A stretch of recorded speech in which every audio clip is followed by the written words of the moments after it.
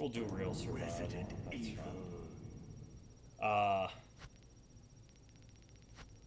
So like, I'm not trying to change anybody's worldview, and the way that I live my life, it does not hurt anybody.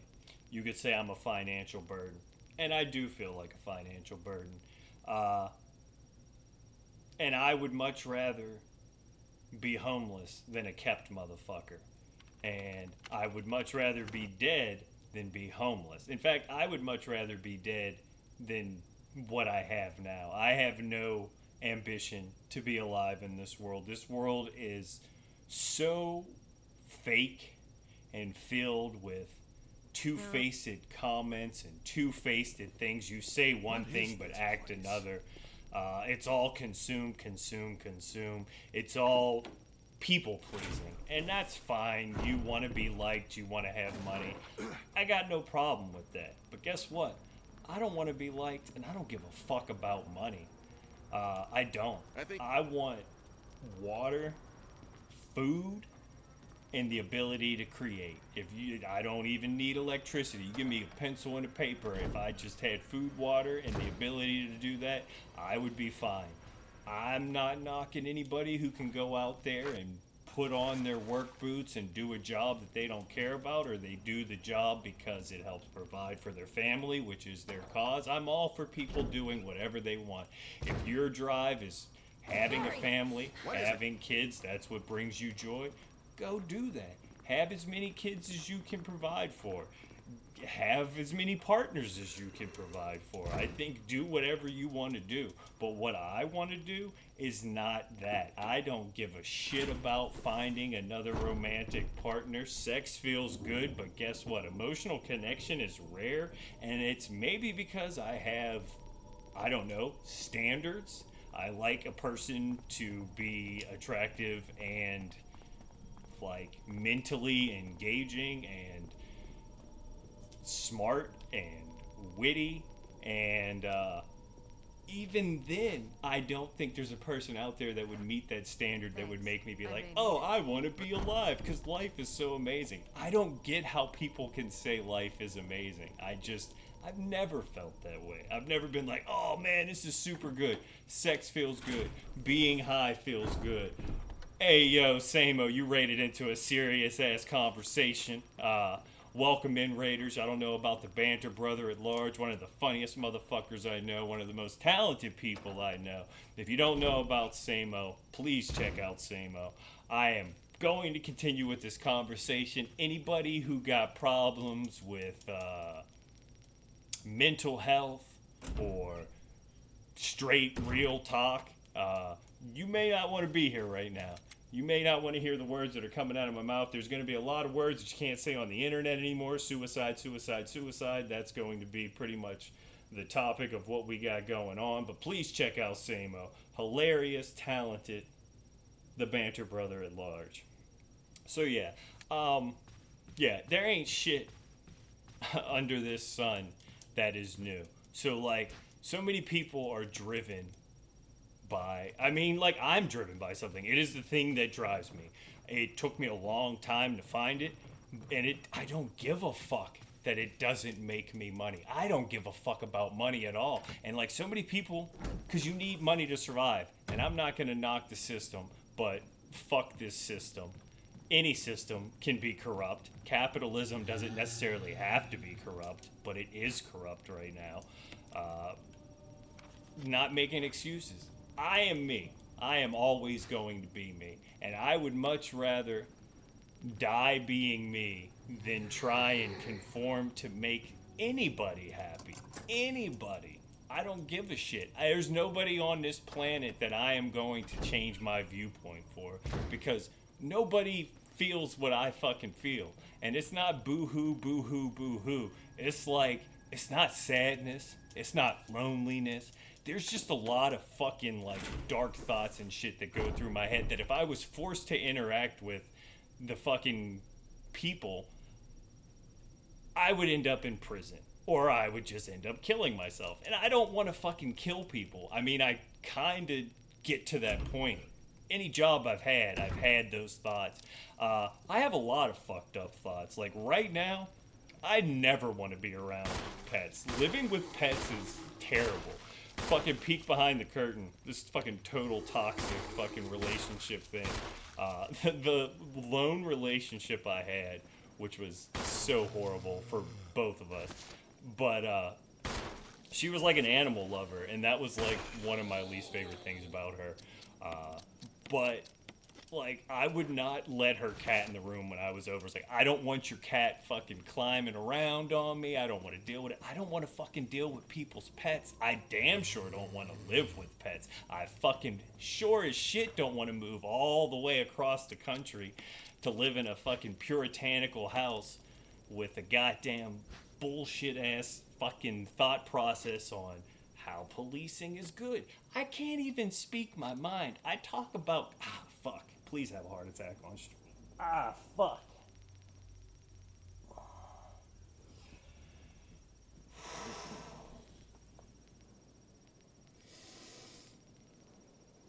It's crazy. Like, I don't talk about any of this shit. And I'm thankful. I'm thankful that I have people that brought me out here and do all this shit for me, but like, it was under a false pretense. It was under, you want me to be something that I'm not. And that's cool.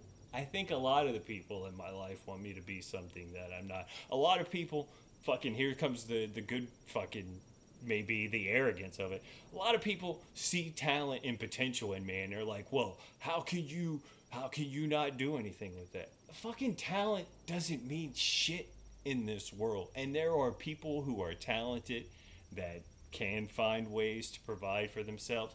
But if a motherfucker does not believe in a capitalistic world and everything being numbers and hates it, genuinely hates it, why would I compromise what I do to make that? And people can't understand that. And whereas I'm saying, look, you do you. You fucking do the things you want to do. You live your life. Don't tell me how to live my life. At the end of the day, I'm the motherfucker that has to die at the end of it.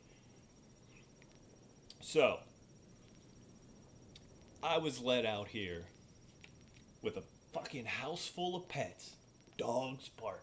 Cats running around, all on the countertops. Oh, let's eat the food that's on the countertops that the shitty paw creatures are running across.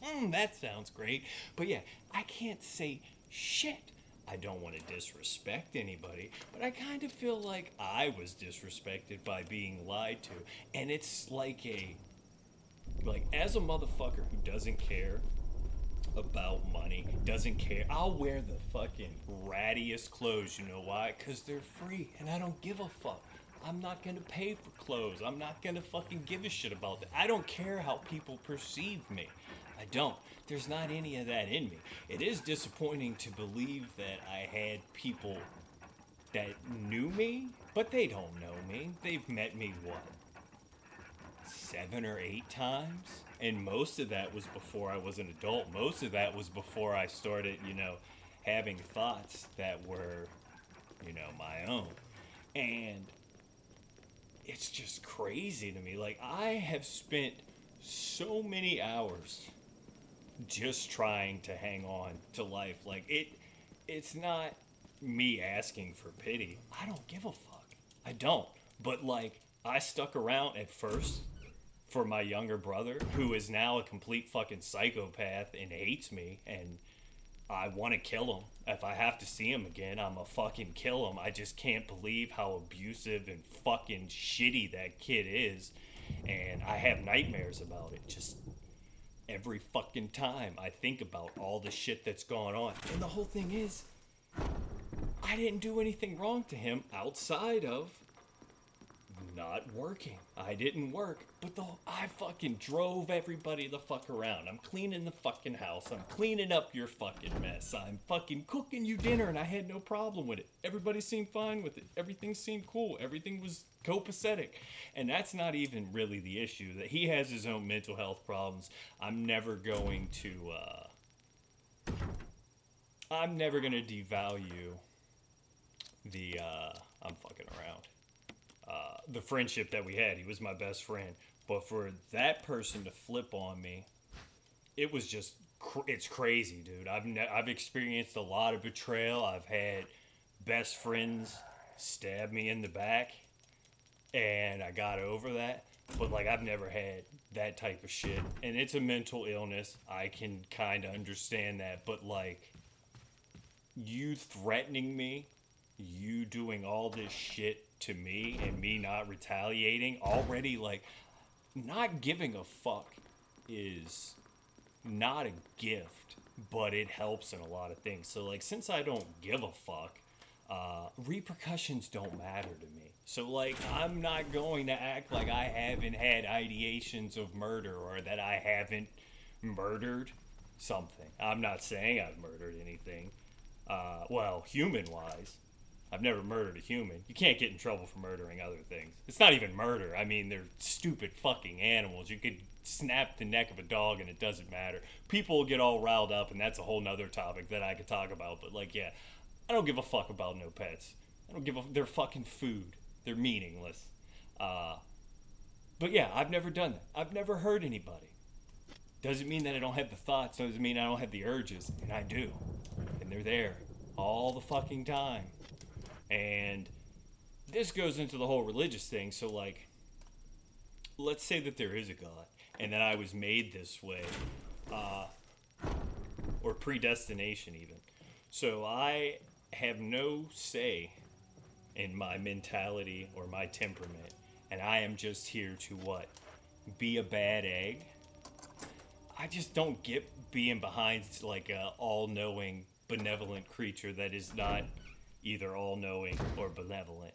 And it's so crazy to like be surrounded by that, like saying prayers when you eat, and dude, it's so fun. It's just like, I did not want to fucking come out here. Like, I love my aunt and uncle, but I did not want to come out here. It's a bunch of fucking pets. It's a bunch of fucking prayer. It's a bunch of fucking propaganda bullshit. Cops are good. Cops are not good. Cops are unnecessary. But the society we live in has us believing that, oh, cops are a good thing. Authoritarian. We need that. Fuck out of here, dude. Like, there's always going to be bad eggs. Prison is not a good thing. Prison does not help anybody. What it does is it makes certain people feel safe. And you're not safe. So, like, would be top tier content to kill over here. And I'm sorry I'm not reading chat. I will catch up on it, and same, I'm gonna catch up with you. I was looking forward to Friday. I don't know what's going on. I do not foresee myself being here much longer, though. Whether it's a 302 or whatever, casualty is not going to probably be around for a bit, and maybe not forever. And the 302 ain't gonna help me. 302 is not gonna help me. All it's gonna do is, especially out in this fucking podunk, boony ass place, bunch of racist ass motherfuckers. It's crazy the amount of racism I see, and it's like, I don't even say shit on it because it's like, why talk about it? It's fucking rural Illinois. Like, that's what the fuck you're going to get. You get racism everywhere, but yeah, I'm not gonna get good treatment. But let's play silver linings. Let's play Captain Positivity. I get 302. All right. They get me on medicine. I get released. I give up smoking weed. What's going to happen? I get medicine, which is not going to change. Like, medicine is such a fucking scam. I hate to tell you this, people, but, like, there are certain sicknesses that psychiatric medicine is not going to help. If you're delusional, you might need some medicine, okay? But that doesn't mean you're going to be happy. That doesn't mean you're going to be content. That doesn't mean you're going to be fixed. That just means that they've helped your delusions. So, I don't have delusions. I just have a lack of empathy. Perhaps a personality disorder. So they give me this medicine. It's not going to make me an empathetic person. It's not going to make me want to fit into your fucking bullshit society. Like, if people were to look at me like as a straight cold facts and numbers and my viewpoints and how I view the world, I would back in the day be considered a person that should be euthanized. And I have no problem admitting that. Like, if you want a mentally healthy society, I do not fit into that. But the thing about mentally fucked up people is they often create some of the best art. If you don't care about art, you're coming from a place of arrogance. I hate to say it. It's not, it's music, it's writing, any of the shit that provides the entertainment, video games, all that shit is art. Now, not all artists are fucked up in the head, but a lot of artists are fucked up in the head. So if you start getting rid of those people because they are sick, your art is going to suffer. And whatever, art doesn't matter. Nobody gives a shit about art. Now, I'm gonna be real. The shit that I do, drawing wise, the little fucking tracer, that is not my talent. Anybody could fucking do that shit. That is bullshit. It's just bullshit. That's all it is. It does not take anything to do. My talent, fucking honestly, comes from the fact that I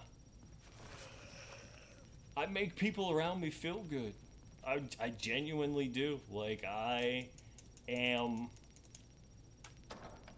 creative and funny, and I can come up with shit. And that doesn't really mean anything in a society. Like, you can't fucking eat that shit. Like, it's not important. Any entertainment shit like that truly is not important. It's food, water, and in this world, food and water is tied to money and providing. And I'm not a provider. I'm not. I have no delusions of being a provider. I have no ambitions to be a provider. I would even say, like, an ideal situation for a lazy piece of shit like me would be like a house husband. But a house husband comes with so much shit. Like, I don't see how people like relationships. Like, sex is good, and maybe this is misogynistic, but I try not to, like, think of myself as a misogynist, even though a lot of my viewpoints may come off that way. But like, sex feels nice. I like sex. Thumbs up. Relationships based only on sex are unhealthy. And I am incapable of any other type of relationship right now, because I would never get involved with a person when I have no inclination of wanting to be here. Like, sex isn't that good. And I've not met a person who is attractive enough on the levels that I would require to be involved with a person to make me be like, I like it here. And honestly, that's some pussy shit. I'm gonna be real with you. If my life is determined by having another person around, that's not how happiness should be. And, like, I don't think I'm ever gonna be happy the way that my mind is, because of the dark thoughts, the dark urges, the lack of empathy, the lack of connection. It's not loneliness, though. Like, I don't know what lonely is. If loneliness is not being understood, I don't think that I'm not understood. I think people don't like my logic. They don't like the way that I view the world, but I don't think it's a matter of not understanding me. It's not liking my viewpoints. And that's fine. I don't like a lot of people's viewpoints, but I look past it. I'm never like, yo, this person is a freaking Christian cat lover. Cool, it doesn't affect me. But if you start pushing your Christian cat lover shit on me, it's going to affect me. Like, you know what's really been triggering me? And this is how I know that I'm mentally unwell. Like, I fucking hate when people talk to their pets. Like, I could take it in small doses. Okay, that's a little bit, but, like, it's like, you're just not a fucking person, okay? Your dog did not fucking say that. Your cat did not say that. Like, that's fucking retarded, okay? You realize you're an adult doing this. Like, that is something that a kid would do. That is something that it's like, it's infantile. And it's, people do it. They love it. They love putting personality on their little stupid first looks. Cool. But to live next to that, it repulses me. It does. It makes me sick. I think the reason I was crapping blood was because I was just seeing this and pushing it down. Like, it's so crazy. And I'm not trying to judge people. I'm not trying to be like, it's right or wrong. But it's just like, you know how, all right, here we go. I don't think it's homophobic that you don't want to see two guys having sex. Now, I'll give you kissing. I don't want to see anybody kissing, but if I see two guys kissing, I'm not going to be like, ugh. I'm not going to look away. I'm not going to be like, oh, it's disgusting. I don't really like watching anybody kiss, but like if I had to see, like, I don't want to see two dudes fucking just because I don't want to see that. So like I don't want to see people talking to their stupid fucking pets that have they don't it's so crazy to me that people are like so connected to these things. And it's like, all right, cool, whatever. But this is stupid, but yet I'm being judged for not wanting to compromise myself. And I never asked to be here. I never said, hey, I want to go out here and live under your roof. I never asked you to pay to get my hair done. I never asked you to buy this stupid fucking TV. I didn't ask you to do anything for me. And in fact, when I was asking and begging, please, let's not do this. This makes me feel bad. This makes me feel bad. Please don't do this. And then you still do it. It is kindness. Like,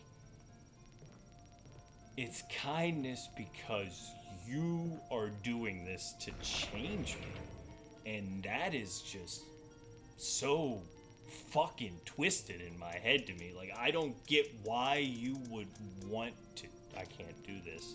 I have to hold on to these things. I don't need this knife. Shit, I forgot about that. It's going to be tough to do this. We're definitely going to fail this, so you know. But, yeah. Yeah, I don't know, dude. Like, people want to change me, and fuck that. You're not going to change me. And I'm not trying to change anybody. But going back to the shit that I provide, I do not provide anything to society as a whole.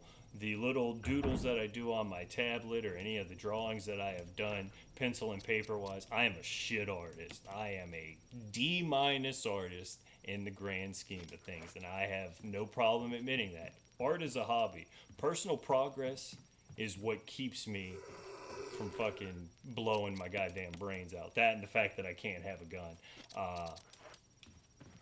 But either way, so like, I am not going to provide any of that. But the things that I do provide for the people who actually are important in my life and the lives that I have touched, and maybe it's disingenuous, maybe it's not real, maybe it's just fucking made up make-believe delusions of a madman, but like, I make the people in my life happy. Or not happy, I bring them joy, and I don't burden them. The only people that I burden are the ones that have to be financially responsible for me. And I do not want to be under anybody that way. I don't want anybody to be financially responsible for me. I checked out so far, so long ago, like, so long ago. And I'm not asking for sympathy. I'm not asking even for understanding. But if people come back and watch this, know that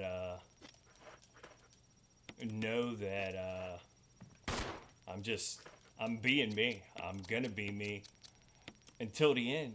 Like, I gotta be me. I could never be another motherfucker. I wouldn't want to trade places with anybody. A person who has a fucking 12-inch cock and $1 billion in the bank and a loving family, I would not want to trade places with that person. I like me. I like who I am. I don't ask for much. I do not. And the fact that I feel right now that I am being turned into something that I don't want to be turned into. And I came out here to... Honestly, why did you come out here? Because I've told the people this before I came here. When I first came here, I knew this is the place this is where I was going to die. This is where Casualty's life ends. Whether it's the shit that's going on in my stomach, or it's me unaliving, suicide, bing, bang, boom, it's over. That's going to happen out here because it fucking sucks here. And it's not that I don't appreciate the roof over my head. It's not that I don't appreciate all the things that they have done for me. But once again, all of that shit is money based. It's all based in money. Like, I didn't ask for any of this. And yet, it's on This is what you're getting. I would not have come across the country. I would have gladly just off myself before coming out here.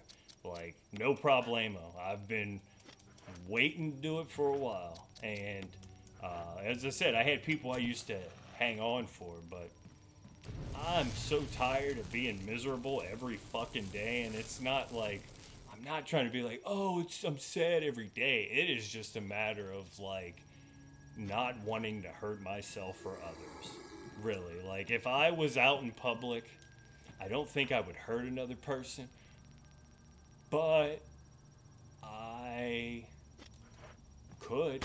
Especially, like, if I had to go back to that, not be, like, I just gotta be me, and I can't even be me here without interacting with a job or without like I have to stay high. I have to stay high to be here because it's fucking crazy the amount of fucking just. It's so like I seen somebody get upset over a conversation about Caitlin Clark. Anybody who's hung out with me realizes I will bust balls and chops about anything. Fucking sports is not something anybody should get that worked up over. And if we're getting worked up over Caitlin Clark, God forbid I talk about God or my thoughts on animals or my thoughts on religion or any of the stuff that is. It's who I am. Like, I don't get why people are so cool with just going with the grain and fucking absorbing things as they are and not questioning shit. And then people who question it are considered insane and I am insane. I'm not even gonna lie. Like, the shit and the urges and the feelings and shit that I have, yeah, I'm not a mentally healthy person. But there ain't gonna be no medicine that fixes that, people. So let's just say we saying positive. We said we're gonna stay positive. I get 302'd and I don't bing bang boom suicide time. They're gonna put me on medicine. I'm gonna probably not stay on the medicine because the medicine is going to be it's going to make me feel like a zombie. All the medicines that I have taken have made me feel like a zombie, and I've never actually honestly spoken with mental health people, honestly, because every time that I have opened up to mental health people, honestly, and don't get me wrong, I've been in mental health from the ages of, let's say, 14 to about 29, that's 15 years, going in and out, having different psychiatrists, having different treatment teams, having people say it's this, never got a diagnosis because you know what? It's fucking bullshit sometimes. All they really want to do is pump you full of meds so you buy the fucking meds, or they want to make you a fucking cog in the wheel. They want to make you so that you fit into the grooves. And it's all cool. I'm not saying it's wrong to fit into the grooves. I don't resent anybody for fitting into the grooves. I'm so happy that people can find a way to survive in this world and provide for their families, like the people I care about. Other people, I don't fucking give a shit about. You're in the same boat that I'm in. Whether you fucking make it or not is of no consequence to me. It'd be nice if you made it. I'm not going to root against you, but it don't bother me whether you make it or not. But like my friends, I want my friends to be able to have what they want. They like nice things. They like money. They like having a family. I want them to be able to have that. I have no issue with that. But also, I want to be able to do me and not be a part of this world and not be a part of the system that I do not agree with, I do not align with, I do not resonate with. It is not meant for me. I am not meant to be in this system. And there are so many people that are not meant to be in this system. And as a person who is a realist and see no issue, like, if you look at it as just cold hard numbers, all the shit that's wrong with me, 90% of Americans would be like, he is a disgusting piece of shit. He doesn't like dogs. He doesn't want money. He doesn't like nice things. He doesn't want a car. He doesn't want to have kids. Okay, cool. Yeah, I don't fit into that. And they'd be fine with me being gone. And I'd be fine with me being gone if that means I have to be a part of this fucking bullshit ass system that we consider normality, and there's no such thing as normality, and there's no such thing as equality. Like, there's a bunch of fucking illusions and bullshit that we sell you. and get sold. But at the end of the day, it's just fucking bullshit to keep us in line.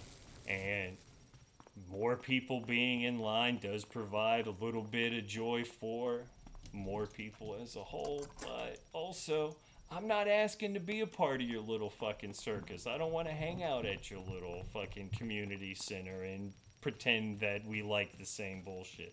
I don't. I don't fucking care. I don't give a shit. But I'll tell you this much. I am rich. I'm rich in the sense that the people's lives that I have touched, I've touched them indelibly.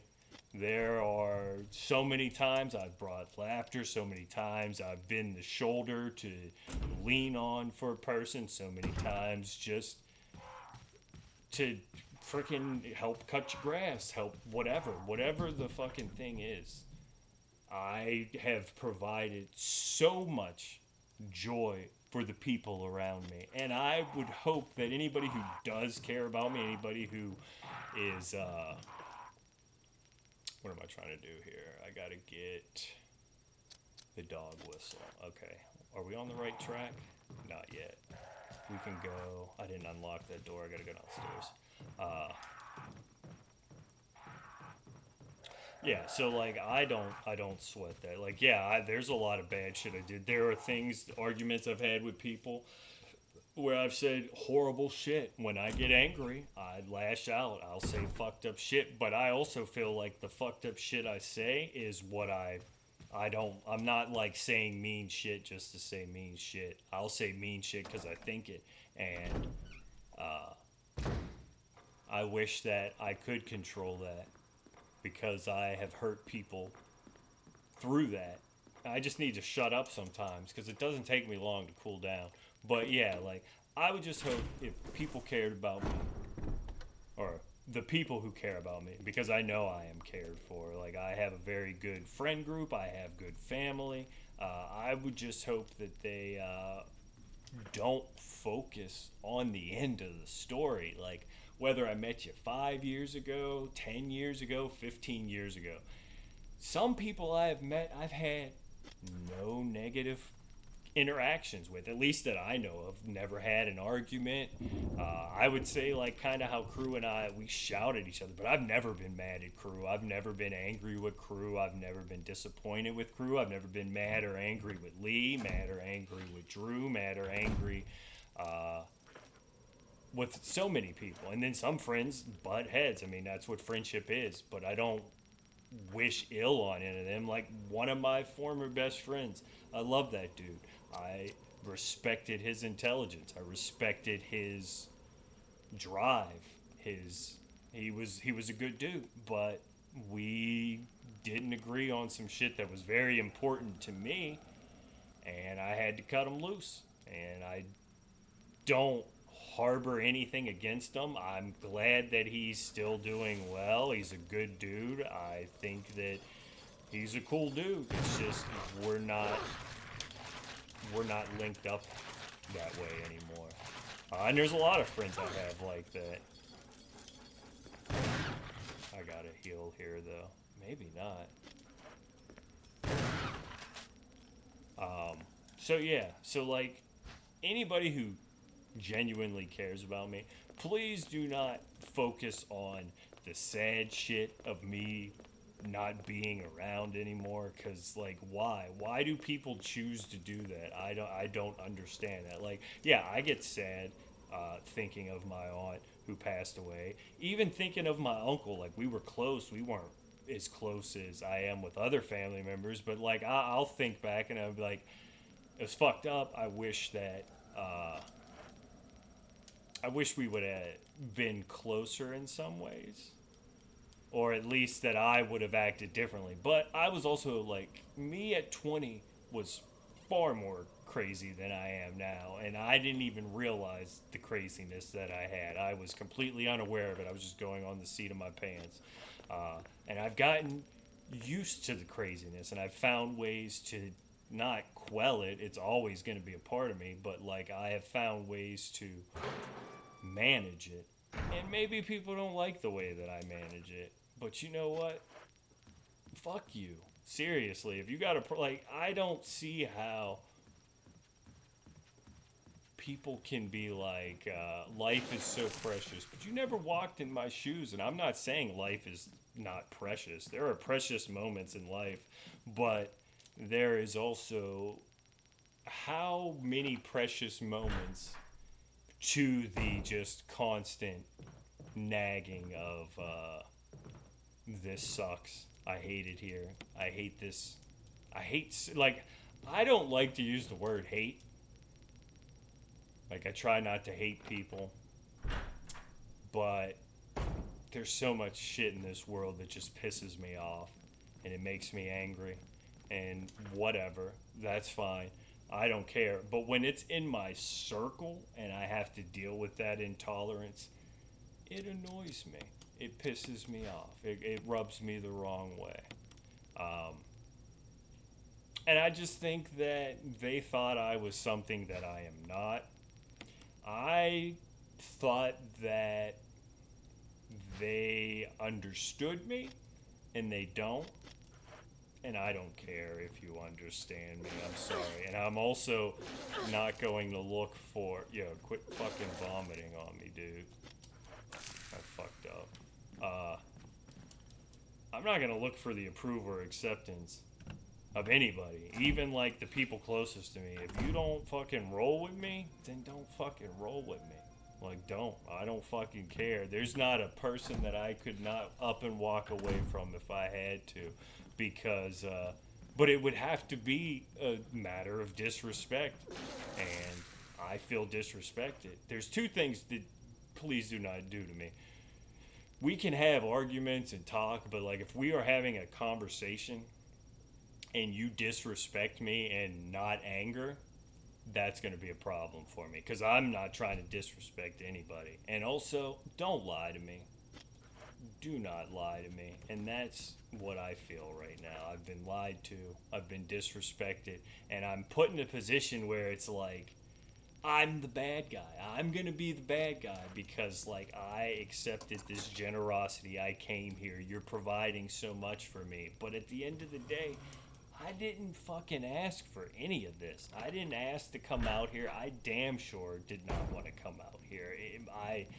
It is so hard to, like, deal just, like, on a level of, like, I don't need to talk to people. I would be much rather not speaking than to have, like, I felt it. And, like, I listened to my aunt. I believed her. I was like, okay. Like, I was like, I straight up feel like I'm not wanted here. And, like, I don't really want to be here. And I was told, no, it's not that. It's not that. I was like, all right. But, like, I felt it. It felt like it just felt off. And I'm like, I've never felt this before. I've never felt like, even when I was living with Alan and Kelly, it was not as bad. Like, I felt it there, and I was like, this is temporary. This is temporary. This is temporary. But it's not temporary. It's indefinite. It's permanent. And, I don't know. So, like, it was just so weird feeling. And it's crazy to, like, I should not be surprised at how things flip, though. Like, I should not. After the whole thing with Cody and that just coming out of the blue, like, alright, that's what can happen. That's all good. Oh, I'm dead. Get off me. So, yeah, I'm just like, whatever. I'm not angry at him. I'm angry right now, but I'll get over the anger. But I just feel like, I feel as if it was a waste of time. It was a waste of money. It was a waste of effort for all the parties involved. And all we really did was waste money and waste my time. I prolonged my suffering by sticking around here. And it was like, why would I fucking do that? I could have easily been done a month ago and been not dealing with this shit anymore, not having any of the fucking stress, not having any of the extra worries. And then, like, people were like, oh, well, why don't you get like mental health help and think I don't fucking want to be on disability. I don't want to be funded by the fucking government. Fuck the government. Fuck G-men. Fuck the whole system. Fuck the establishment. If you don't get that, then that's cool. So many people identify with that shit though. And alright, whatever. Identify with it. Roll with it. That's cool. I don't fucking care if it works for you. If it's good for the goose, it's good for the gander, but it ain't good for me. And don't try and fit me into your fucking bullshit ass clockwork system. Don't do it. Just let me be. That's all I'm asking. That's all I'm asking. It's crazy. I asked for that. It is because like, and honestly, like if I could be like, all right, well, let's just say this: you have the ability to do what you're doing. You know what I mean? You could write, and you ain't got to worry about going anywhere. You stay shut in your house. There's no pets. There's a relatively attractive person that you connect with on a level that it doesn't get annoying, or that you have to be fake, or you have to act a certain way, or you have to change your core things. And let's say you're making money off your art. You're providing, you're getting financial compensation for your creativity. Would you take that or being dead? And guess what? I'm gonna choose being dead, y'all, because it's still the same shit every day. It's still the same dopamine releases. I'm so tired of this fucking song and dance. Like, it's boring. It's boring, it's tiresome, it's fake, and there's nobody who's gonna tell me otherwise. If you're saying the world isn't fake and full of shit, then I don't know. No clue. No clue. Maybe that's the insanity speaking. But I will accept that people. How do I want to do this? I'm so fucked. I guess we'll go like this. I do understand people like have things that bring them joy, but like I ain't got that. Like, I don't think financial success is not going to make me happy. I don't create things, and this is probably very fucked up to say, but I don't create things for anybody. Like, I will make a picture for somebody that I care about, but like when I'm making original shit, I don't have anybody in mind other than myself to get that out. Like, I am not doing anything for another person creative wise. So, like, the validation that comes with being an author, that's not going to make me happy. That's not going to make me be like, I'll get a little dopamine rush, and then it's like, yeah, it's still the same fucking shit. It's not depression, because depression is like, well, I mean, it is depression. Depression is sad, and I'm not sad. I'm fed up. I'm tired, but I'm not sad. I don't feel lonely. I don't understand loneliness. Like I said, there have been situations where I'm going to be real with you. Like, I have had opportunities to be a kept person by somebody, and it would definitely be better than this. But at the end of the day, there's still so much shit that goes into it. And, like, I don't even have those connections with people anymore. Like, it'll be like, it's so, how can we go into this? So, like, I have people that I am physically attracted to. I have people whose personalities I'm attracted to. I have people whose intelligence I'm attracted to. And those are two different things. Did I go talk to Richard? I fucking went and talked to Richard. None of them to the point where I'm like, it's worth jeopardizing my peace of mind and my inclination to not make connections with people. Now, it's fucked up to make friends and still be like, yeah, I'm gonna fucking kill myself one day. But like, friend connections are different than romantic bonds, at least in my eyes. So like, I have either friends, that's it.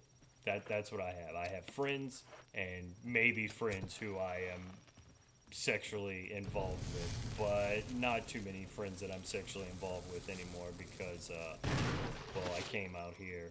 And also, uh, I was realizing, like, I don't want to say I'm picky, but, like, I'm picky. Like, if I'm having a person who's just a fuck buddy, I want that person to be hot. I'm over. Like, and I've never really had sex with somebody that I wasn't attracted to, but like being attracted to a person, it gets murky because it's like, oh, you're funny, but you're not really like my type. You're not at all my type, and I'm fine with that. Like, that's why I see no issues with people who have relationships that are based on solely money or solely attraction. Like, that's what it is. Uh, that's how she goes. But yeah, man, I don't see like, oh man, I can't wait to like, I don't want to fucking be with anybody. It sounds fucking horrible. Even like good relationships sound horrible to me. And let's be real, like most hot chicks like pets. Most chicks like pets, and that's just disgusting. But I don't want to be kept. I don't want to fucking have to worry about living on the streets. I'd just kill a motherfucker. I'm gonna be real with y'all. I would just straight up kill a motherfucker and go to prison. And then I don't want to be in prison, so I'd kill myself. So rather than just killing a person, you should just kill yourself. Like, that's the whole thing. People like, I don't know. I don't know. I need, I need somebody to be like, yes, it's okay. It's okay. I know it's okay. I don't need somebody to say that. That was a joke. I like how I'm mixing in jokes still. I'm still going to joke. I'm a joke till the day that I die. That's the truth.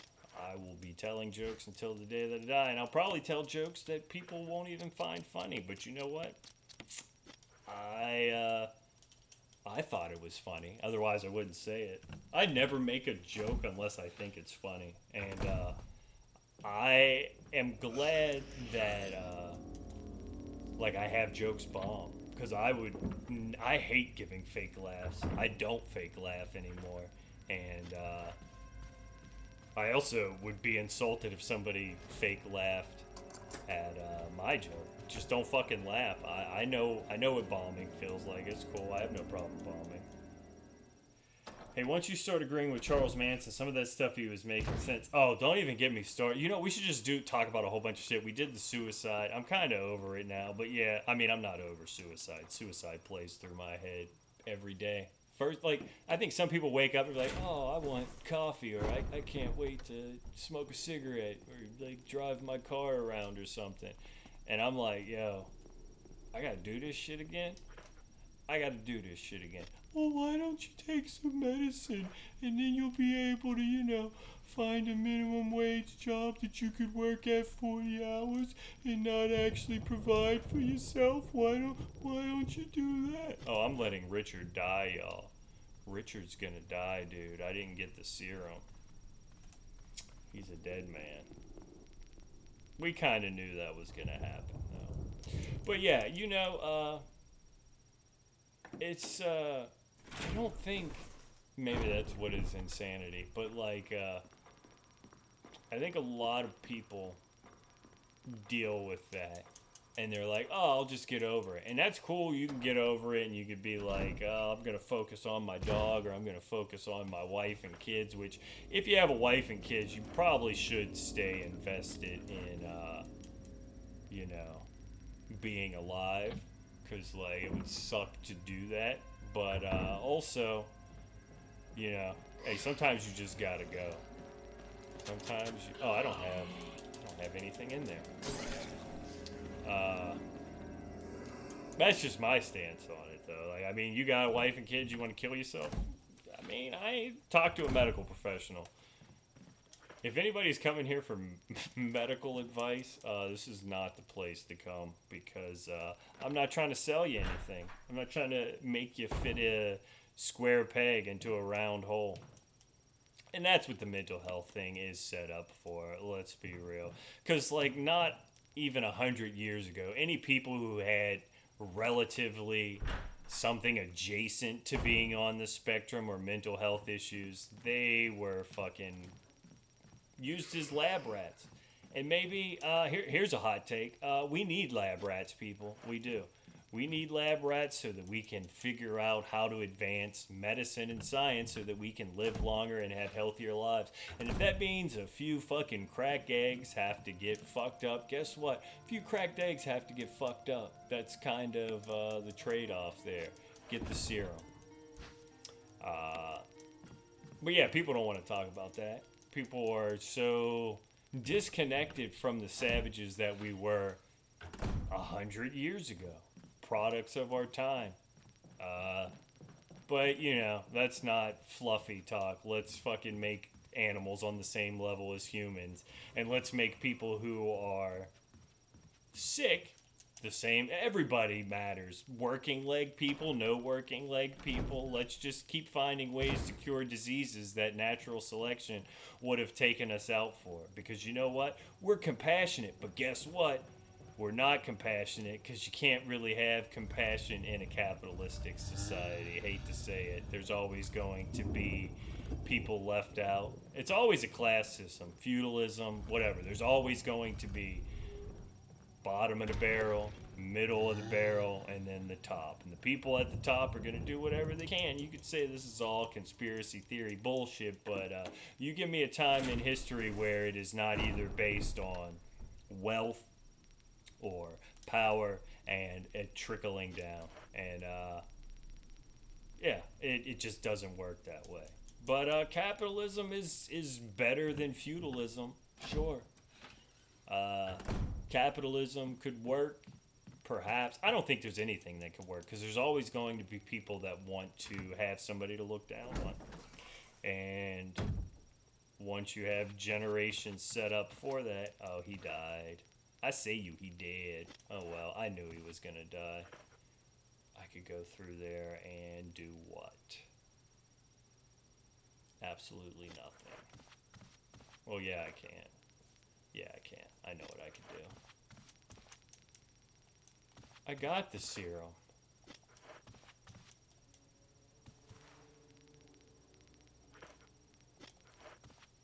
Oh, he didn't make it. Oh, well. But yeah, I mean,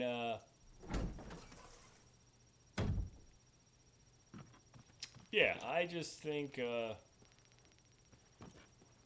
if you care about me and you don't want me to be miserable, just understand that's why I did it. Because I am constantly dealing with that. And I don't even think it's a matter of like, at first I was like, oh yeah, it's probably because like you don't make money on your writing. But then I thought about it and I was like, I don't fucking care about making money. I don't give a shit about it. And if people want me to care about that, ain't gonna happen. It's not me, Jack. You know what I mean? You want to fucking talk to your pets like it's a child? Go on. Give it all sorts of funny voices. Oh, that's fucking hilarious. That's endearing. That's not at all juvenile. You know what's juvenile? Trying to change somebody else's viewpoint on the world. That's what's juvenile. It's also kind of disrespectful. But whatever. I don't really give a shit. It's a zombie train. It's a zombie train. But yeah, I think I am just probably going to stream until I am unable to keep my eyes open. Then I'm going to sleep. And then Friday will come. And I will take it from there. We'll take it from there. So we got the sheet music. We should probably try and drop this one thing off. What other door do I need to open? There's two over here. But yeah, I mean, I think it's bullshit. So many people just believe in, like certain things, systems are set up for the benefit of mankind, and it's not really that way. It's set up for the benefit of a certain portion of mankind, and also uh, in regards to the whole mental health thing. Mental health has always had a stigmatism. Uh, it's always tied to usually brilliant minds. I'm not saying I'm brilliant. I'm creative, but once again, I don't think creativity in the grand scheme of things really fucking matters. Now, that's my whole drive. That's my whole purpose. That's what I delude myself into believing why I should pull myself out of bed every day. And it's no lie in the fact that it's not to make money. It's not even to make other people happy. Like, it's not. The streaming thing, yeah, I like to come on here and make people laugh, but when I think about it, it's selfish. I like to make people laugh because I am eliciting a response from a person with words that I've chosen to use. It's kind of like I feel like the only joy that I get is through making other people feel things, and it's not because I am genuinely trying to make them feel good. It's probably because it's like a mirror. I can't feel that, so when I see it in other people, it's like, oh, it's like standing close to it, but it's not. Like, making people laugh does bring me joy, but the creating shit, whatever. It's it's not important. We're not going to get that shotgun now, so we have to roll with that. Are we going to be burning anybody? No, not recently. We don't need the serum. Actually, we're going to come back here. We're going to drop this off. So yeah, I mean, like, people are obviously trying to change my mind. I'm not going to change my mind. I've been not shitting on this pot for so long, and I keep telling myself, oh, I'll get to it, I'll get to it. Well, I'm going to get to it. It's going to happen. It is. And I'm just trying to have a blast this last day. That's all I'm trying to do. So, anybody who wants to hang off and goof out and chill, feel free to come in and get it in while you can. If you can't, it's all good. Any of the people that mattered to me, I have already built up enough moments of joy and happiness with them that I'm not sweating it. You know what I mean? I'm good. I'm just I'm tired, and I feel like I could finally just be like, thank goodness that I don't have to do this anymore. Cause like it's so crazy to have like the situation I'm in and still be like, I fucking hate everything. And it's I don't know. I don't think it's that I'm incapable of being happy, because honestly there was a time, I would say, I could probably go back to the date. I would say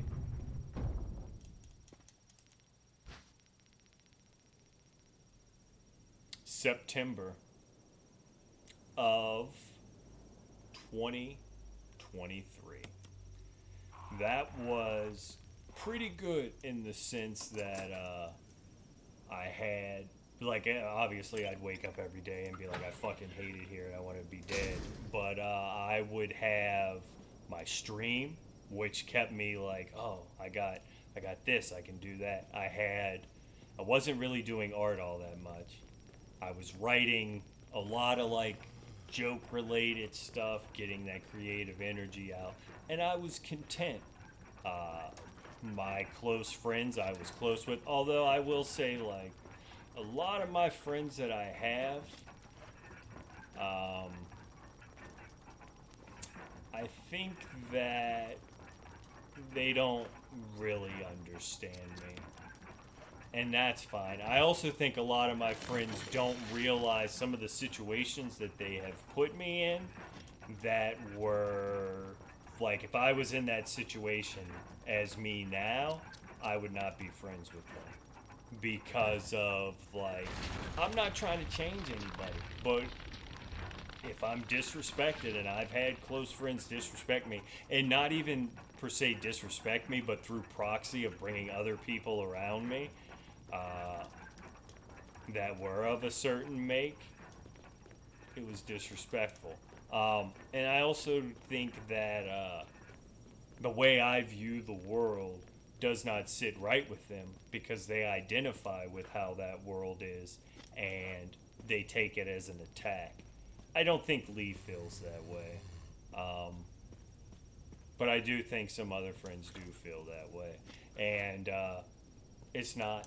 I, I think that anybody who could survive in whatever ecosystem they're in, good for them, especially if I care about them. And I do care about my friends. Like, I know I'm not a complete psychopath because I do have a little bit of empathy for the people closest to me. I also have, like, concern for people close to me and very deep, unhealthy concern for certain people in my life. Like, I would say that I over I'm overprotective of my mother, and I was overprotective of Cody.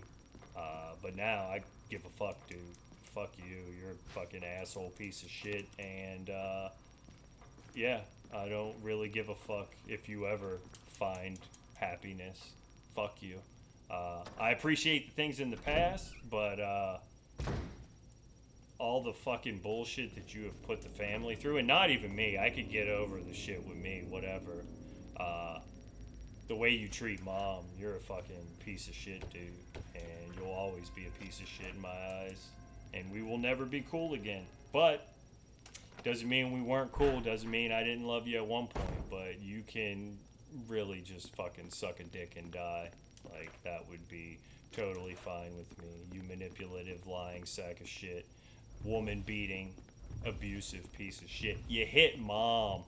You hit, out of all the people in the world, you hit mom. You're a fucking piece of shit, and you deserve to be buried under the prison. Fuck you. But yeah, yeah, Jameis, I love you, man. We ain't cool anymore. I think that you're a good dude in the sense that the people close to you, you do anything for. I admire that. You're intelligent. You're funny. You also are, you're an attractive dude. You know what I mean? You're a handsome guy. I think you're handsome. I have no problem admitting that. You're a cool dude. I wish that, I did not.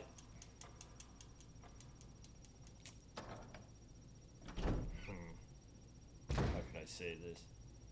Like, I don't think you think you're racist. And I don't think that you have any ill will toward people of color more than you do any other person. Um, but I think that for me, it's hard to trust a person who is always quick to up and defend a person who is, first of all, you don't know. Second of all, is a misogynistic, racist, homophobic, transphobic person. And I've said it before, I can deal with your homophobia, I can deal with your transphobia because we don't have to talk about it. It does kind of bother me a little bit. I don't get why you would care what another person does. But the race shit and just, like, I don't think you realize, like, maybe you realize, I just don't get how, like, the shit that had happened between us,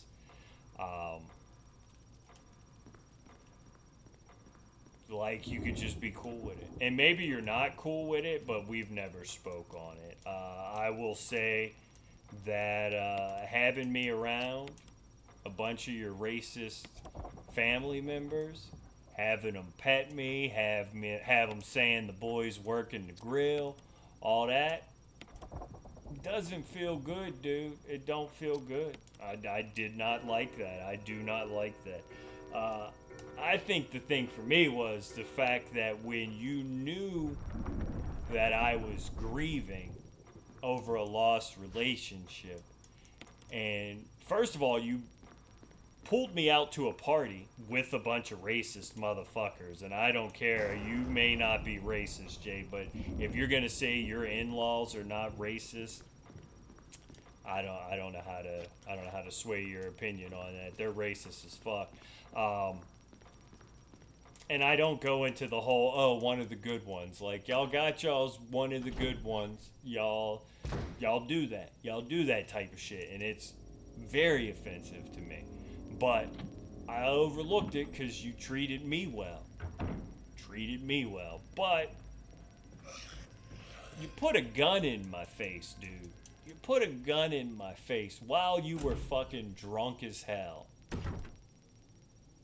Why? What was the point of that? Why would you do that?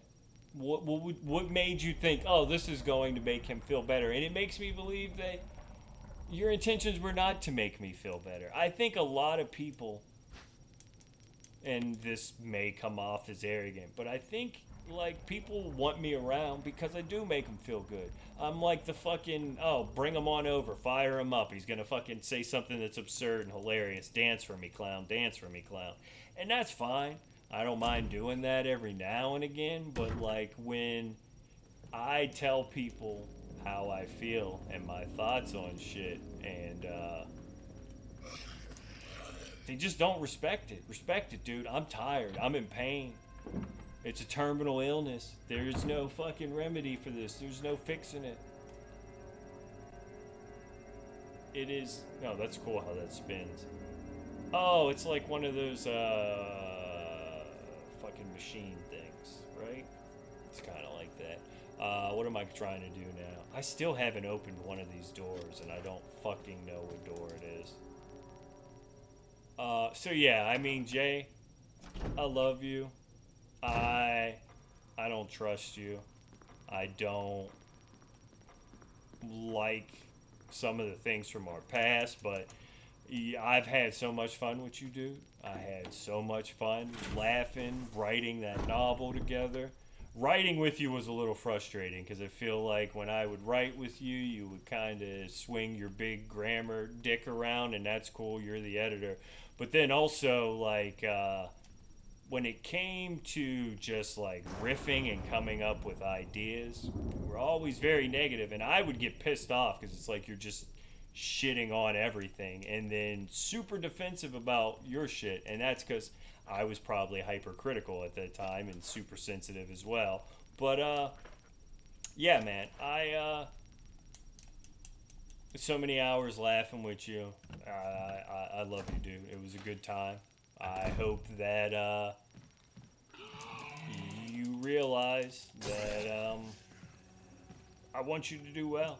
I want you to keep on living your life the way you're living it. We don't need to associate anymore. But I don't want I don't want me not being here weighing on you like you would have been able to change it. Because I've seen you've had friends go through that, but I want to let you know, dude, like, I'm actually kind of out on our friendship. Like, I respect all the shit and love the shit we had in the past, but, like, I just don't resonate at that frequency anymore. So, don't feel any pain for me. See here.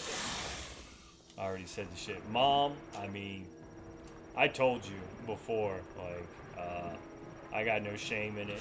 You were my favorite person.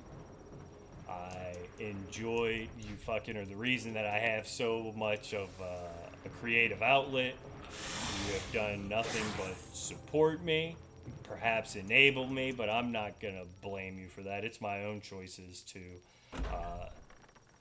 make changes accordingly. But you're hilarious. I wish you would write more.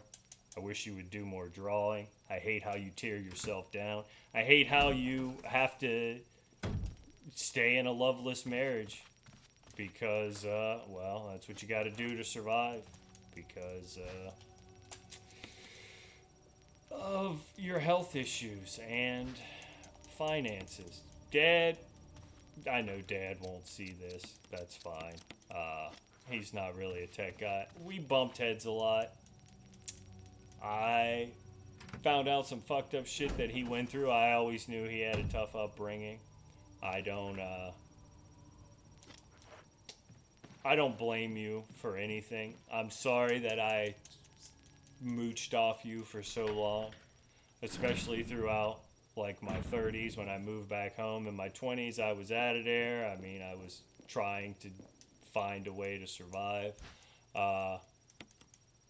You're a good dude. You have your dark past, but you've always been kind to me. You've always been there for me. You're funny in your own way. You're the hardest working person I've ever known. You're loyal. You're a little arrogant, but I mean, I think I got that from you. It's your way or the highway. I can respect that. You're the provider. You did the best you could with Cody and I. I think you could have did more with Mom, perhaps, but that's between y'all. I wish that you would find happiness too. I wish both of y'all could find happiness. It'd be nice. Did I do the snake thing yet? No. Let me check and see if this is the door. So yeah, I love you, Dad. I know we didn't always get along. You're kind of like the opposite of me in a lot of ways. Like I have your stubborn, or I don't really think I'm arrogant, but I am arrogant. I have your arrogance. I probably have some of your narcissism. I have your competitive streak. What other door am I missing?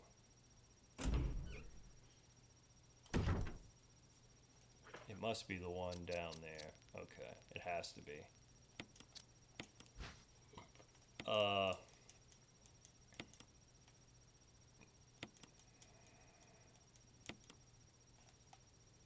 Cuz, I love you, cuz.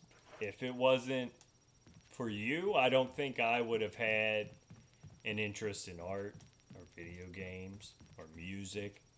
Maybe I would have stumbled upon them, but I mean, like, I remember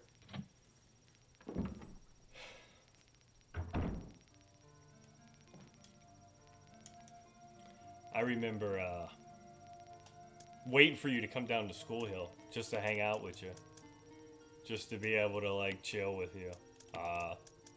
I always, up until like probably like 16, 17, I always wanted to be as cool as you. I wanted to be as big as you. I wanted to be as good at video games as you. I wanted to have the cool comics that you had. I wanted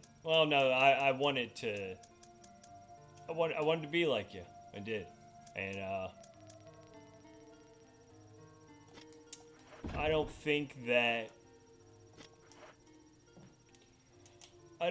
you intentionally hurt me. And I hurt you, dude. I know I hurt you. But I am not going to lie. The whole thing with the Chi-Town slut, that really shattered me. Not so much that because she was a fucking piece of shit whore, and I have no problem saying that. She absolutely was. You knew how I felt about her, I feel like, and it hurt that you just disregarded that. Where is this last door at? Oh, it's over here. It's not, though. And I got over that, but I didn't get over that until I was like, shit, dude, 28, 29. I was a fucking full-grown man. Like, I'm not saying I stopped loving you, but, like, it was hard for me to trust you. And then also, like, shortly after that, like, there was just so much fucking traumatic shit that happened. Like, after that whole falling out, with that. We go into what, 4 years later, Aunt Brow passing away, and this is going from us now out of school to like trying to be adults. And Aunt Brow passed away, and I know that hit you hard. I know how much you loved your mom, and she was a second mom to me. I mean, our moms were close as hell. We were the cousins that were brothers. We seen each other multiple times a week. Are my brother, and that was hard. And then at that time, you were my anchor, dude. Like, there was nobody else that I had. Bill was off in college. Bianca was off in college. I didn't have anybody to hang out with. And then I started meeting Alan and them. But, like, you and Kayla. I did not want to resent Kayla. I didn't. I did not want to resent Kayla. And I think unintentionally I did. I was pissed off and I was jealous. And as I got older, I started to realize, I noticed that in other people where I fucked up. Oh, wait, I might be able to run out of here. I don't have the shotgun. Yeah, I gotta run out of here. I was jealous and I was angry, and it's so silly and absurd to be jealous and angry, because that's some bitch shit. It really is. Like, I never want to keep another person from doing what's making them happy, and that would make me miserable. I didn't have anybody to hang out with, and that was very immature. And I think that with the whole thing with the Chi-Town slut, and on top of that, I felt abandoned and betrayed, and I didn't really trust anybody after that. Man, I'm better at trusting people now, but honestly, I'm not. I'm not better at trusting people. I don't trust a motherfucker until they build that shit up. And even then, like, people switch. Cody, bang, out of nowhere, fucking switched, and that's mental illness. But I mean, like, you never really know what somebody's thinking or feeling. Is this the room I need to be in? Does this have the shotgun? It does. I should also I could drop this off. Grab the first aid spray. So yeah, I wasn't even thinking about it at the time. Like, I definitely was thinking about the whole Chi-Town slut shit, but like the stuff with Kayla, I don't even think that was in the front of my mind. Like, I remember not liking her, but I don't know why I didn't like her. And I mean, I'm sure you would say it was because I'm fat phobic. I'm not fat phobic, people. I'm really not. Yeah. I'm probably gonna kill myself, Mono. But yeah, so like I don't hold it against you. I'm sorry that I wasn't there during the Bree times. I had cashed out on funerals. Aunt Brow's funeral ruined me. Absolutely ruined me. And I think it's fucking disgusting that a money-hungry pastor used my aunt's funeral to push his fucking Sunday service. I would have no problem seeing you rot in the ground, you fat fucking Tevin Campbell looking piece of shit pastor, driving around in your fucking 6-figure SUV. So yeah, I'm sorry I wasn't there for you with Bree, and I feel like that was fucked up because nobody should have to go through that. And I'm sorry for that. I really am. Let's see here. Aunt Jackie, I know you see me as a kid. You've only probably seen me in person 10 times. I'm always going to be that little kid to you, I would assume. I don't think that you led me out here under false pretenses. Perhaps you thought that I would change, or maybe you didn't even think that that was going to be an issue. I'm not exactly sure, but like, I'm not mad at you. I love you. I don't have the same viewpoints on life as you do. But that's okay with me. That doesn't bother me because it's not a matter of hatred or it's not a matter of philosophy that I disagree with you. I don't really care what you believe. I don't resonate at that level either, but I can look past that. Um, I think it's easier for me to look past it because I don't care about religion and I don't care about uh, how others see me. Like I'm not concerned with people liking me or disliking me. Seriously, where the fuck is this last key at? Um, so yeah, I don't want you to think you bringing me out here forced my hand is the reason I've done this. I've decided to do this because I'm in pain. I'm tired. I'm over it. And oh, it's over here. It's where the bazooka is. Okay, and we'll get the bazooka now. So yeah, I mean, don't worry about it. Please don't. It's not anything you could have done. Uh, if anything, we had a chance to spend some time together. I enjoy hanging out with you. You're just as funny as mom. Uh, you got a good sense of humor. You really are good at roasting people. You don't really think about it. I know you don't like to roast people, but it's fun.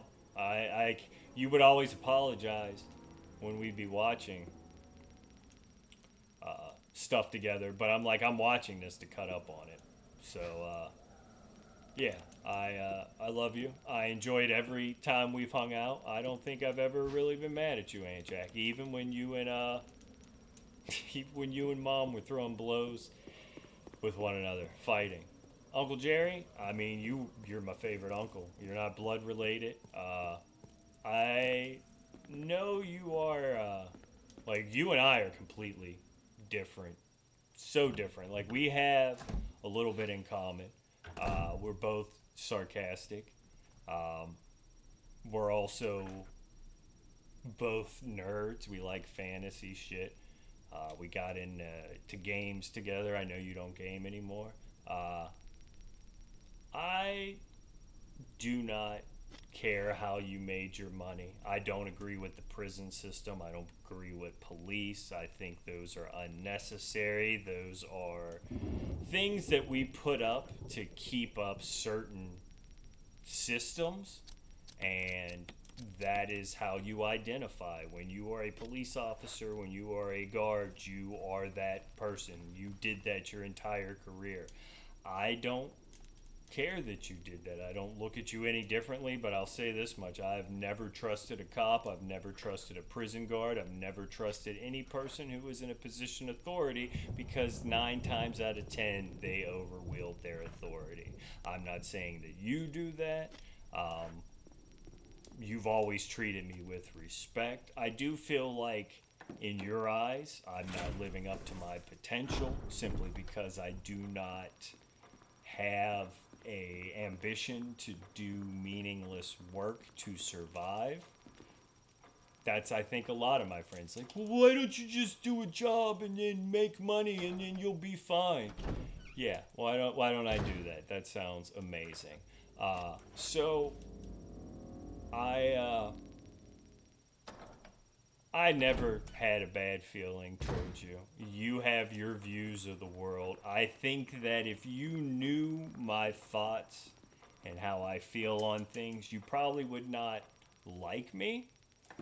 I think you would still love me, maybe. I don't know. I think love is kind of an illusion and a trick of the brain, to be honest. But I don't think you'd like me very much. I still like you, even though you were a former prison guard, even though you are a demographic of people that I traditionally do not like, and are usually racist. You are not racist. You are not a Trumpster. You are a good guy. And I think you're good for Aunt Jackie. But I don't think you'd like me very much if you knew how I really was, even though it doesn't affect how other people live. And like, I think at one point in my life, I would have been hurt by that. Like, oh man, I'm not liked. But I don't give a fuck. I get where you're coming from because, as I said, we all are cogs in this wheel. We're all gonna be a part of the system. Either you fucking be a part of the system or you get lobbed off. You're cancerous. You're not welcome. Artistic folks, if you are not making something that's palatable or marketable, you are the most dispensable. Next to dog beaters and pedophiles, people do not give a fuck about artists. Um, so cool, it's fine. Uh, I'm not upset. I'm angry that it just kind of like. I feel like I'm easy to talk to, and we could have had this conversation before I came out here. You could have told me what you wanted, but you didn't. And maybe I should have been more upfront, but I think I was listening to Aunt Jackie when I should have been talking to the person who is the provider. And I did not do that.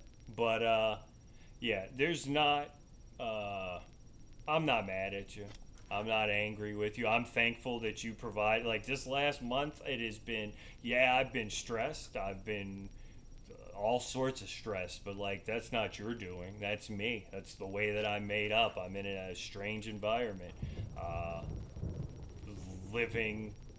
I can't talk, dude. Like that's all I have. I have to be able to say shit, and if I can't say shit, what the fuck am I doing? Like we're really just burning time here, right? We're just burning the clock out. So yeah, we had some great memories. We have. I miss playing Diablo with you. I remember the first time that I came out when I was dealing with that whole breakup and shit. We had a really good time. You got into Magic. Like, I think that you are more than a cop and a prison guard, and you're more than a paycheck. You're a cool dude. You seem to care about people, and you care about like strangers, which is something that I cannot fucking understand. I don't get it.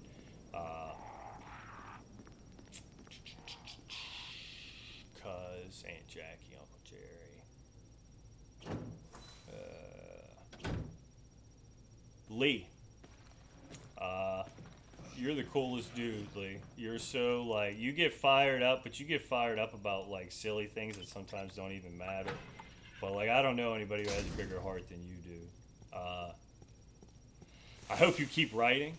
I hope you stick with that. I keep doing your creative outlets, your drawing, your woodwork. You're an amazing father. You're an amazing husband. You're loyal. You're like genuinely one of the few dudes I know that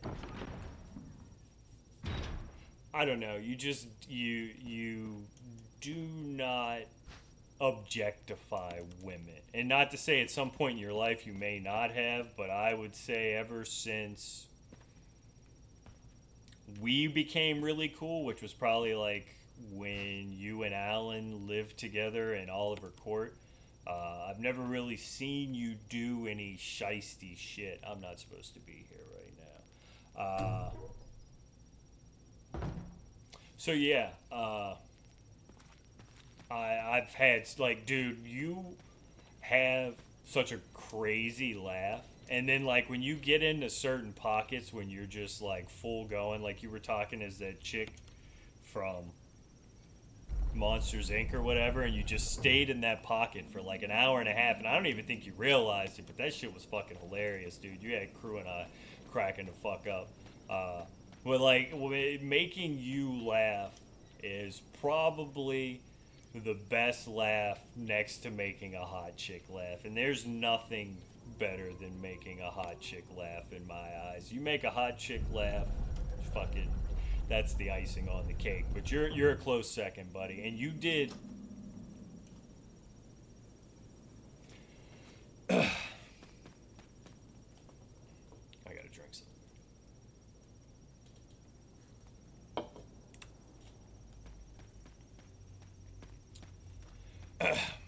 I think you believed in me more than anybody.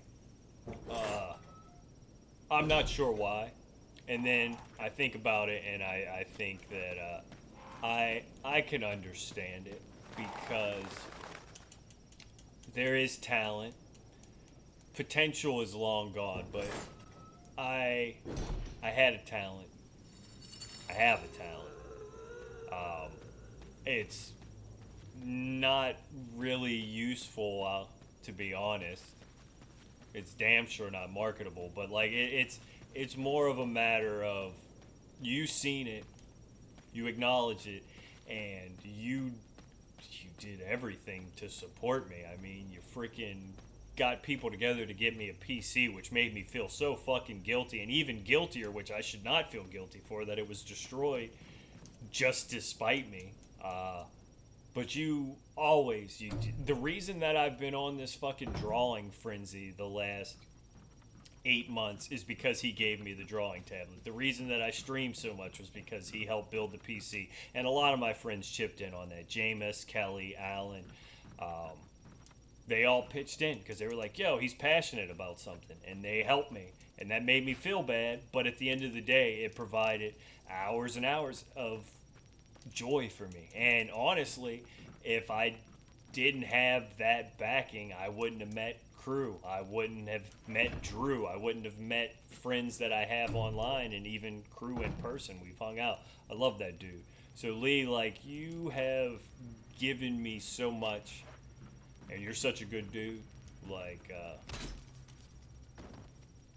I just want you to know that I appreciate all the shit you have done for me, from the PC to just chilling in a voice channel with me when I'm off, and selling me weed at such low prices so that I could just maintain some sense of stability. Uh, you're a good dude, Lee. I fucking love the hell out of you. You're an awesome dude. Also a handsome man, a very handsome man. So there's that.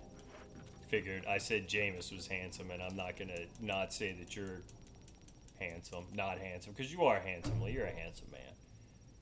For a man who sustains himself on Sour Patch Kids and pasta alone.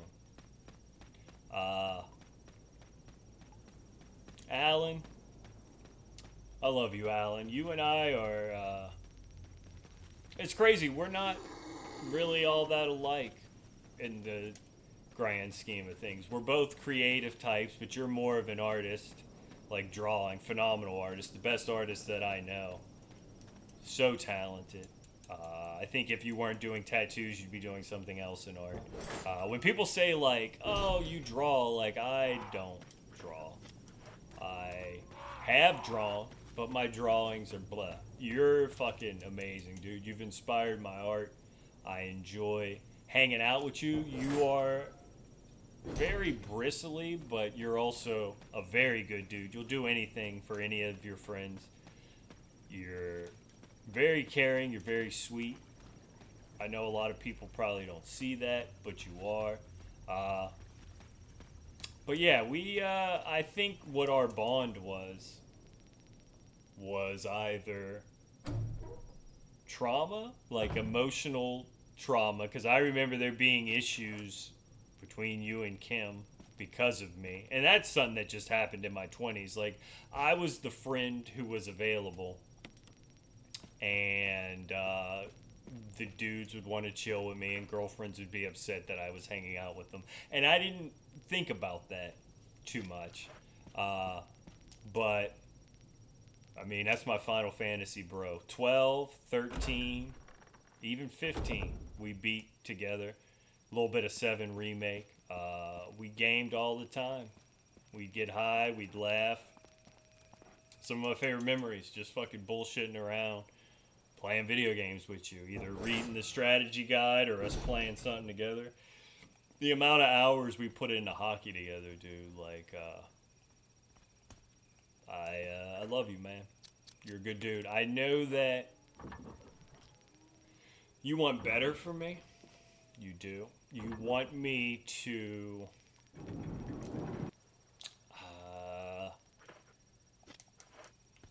I think you want me to think less, and you would prefer it if I was willing to become a round peg in a square hole. I think that that's what would make you proud of me if I did that. Um, and I get it. I have no problem. Like, we had that one conversation. I've never been mad at you, dude. I've been hurt. You've definitely hurt me a couple of times, and I'm sure I've hurt you. I'd say the times that you hurt me was the time that we picked up she's not your sister, but you know who she is. And she just decided to use this hour trip of me going out there and picking her up to just blast black people and fit as many N words in as she could, because she knew that I was biracial. And I was not going to argue with a drunken person over race. And that's not you, though. That was just situational. And then I think you felt attacked when I told you my viewpoints on capitalism and how the system is. And I think you took it as I was saying you're successful because you're white. I'm not saying that. I think you're successful because you're very talented. It has nothing to do with your race. But I think that you don't understand certain race issues, and that's fine. That's not for you to understand. But as a person who... Oh, I didn't bring the fiery shit. Fuck me. Or the Magnum. Damn, we're gonna be fucked. It's cool. It's alright if this ends in death. Kind of the whole motif? No. Theme of the stream. So yeah, I mean, I was not insulting you, dude. I was not trying to say you're successful because of that. I think you realize that.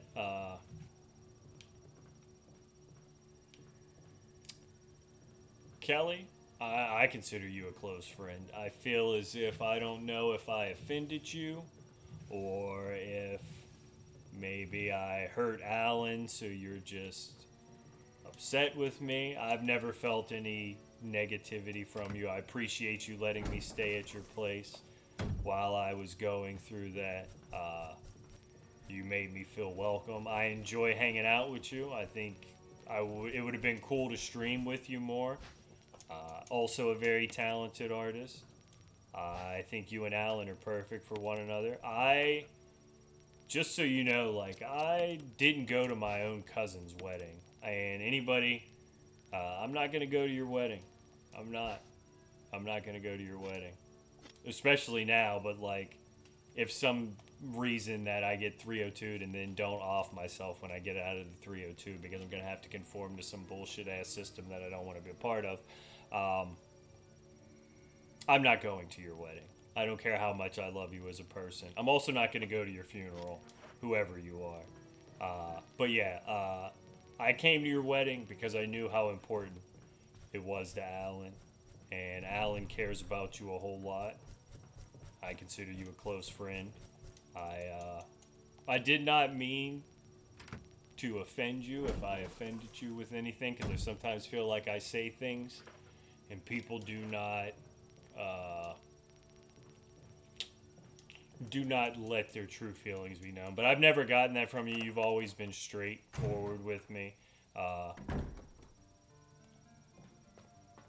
Yeah. Erica, I don't think that you and I really ever hung out too much one-on-one. I think you're the best thing that's ever happened to Cuz. To be honest with you, you seem to give him drive and purpose, and I think that's awesome.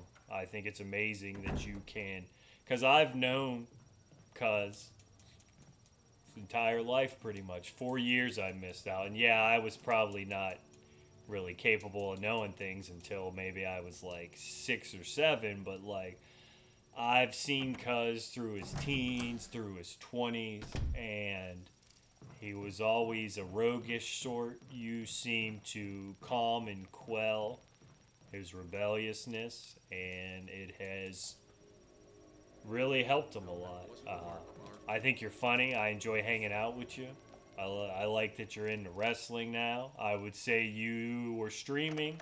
You were looking for a creative outlet. I hope you find more creative outlets. Anybody out there who is a creative type, do not hesitate to pursue that, even if you are doing it a limited amount of time.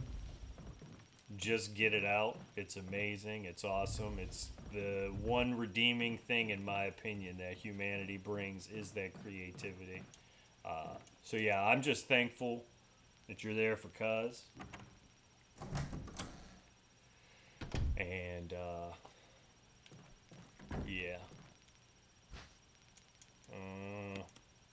Uncle Michael, he probably won't see this either. Oh my goodness. Do I have a defense item? I do. Okay. That's gonna suck though. That's fine. If I kill him on the way back, he probably won't be a Crimson Head. Yeah, I also feel like you are disappointed in the fact that I have potential and talent, but I don't think people understand that talent doesn't matter. Like, there's so much more that goes into it than just talent. And I would say that I have a modicum of talent. I am a snake oil salesman. I'm very good at making things seem deeper or more creative than they actually are. Once again, I don't think you ever really knew me. We didn't see each other too much. I'd say the last time I hung out with you was like so awesome because you're getting all stoned and you got a good sense of humor. I've never seen you like get sarcastic. You were always stoic and very religious, strict. So to see you laugh and cut loose is cool. Malcolm, I feel like I wasn't a very good cousin to you. And that's not anything but my own fault. We weren't locationally close, and it really pained me. I've heard people say this, like, "Oh, I looked up to you when I was growing up." I can't imagine looking up to the psycho that I was. It was not a good representation of. It's not a good role model whatsoever. But the fact that you did that, it's endearing. It's very sweet that you would feel that way about me. But I'm gonna let you know, man. It's hard out here, and I just wish that you find a way to have some sort of happiness, and that happiness is not found through outside sources. Like, you could find happiness in yourself. I wish that for everybody, but I just wish that you find your way, and it's not as painful. But that's not life. That's not how things work. I love you, cuz. I'm sorry I wasn't there for you as much as I was for other family members. It was not you. It's just I'm not very good at staying connected even in person. It's even harder to maintain connection through phone.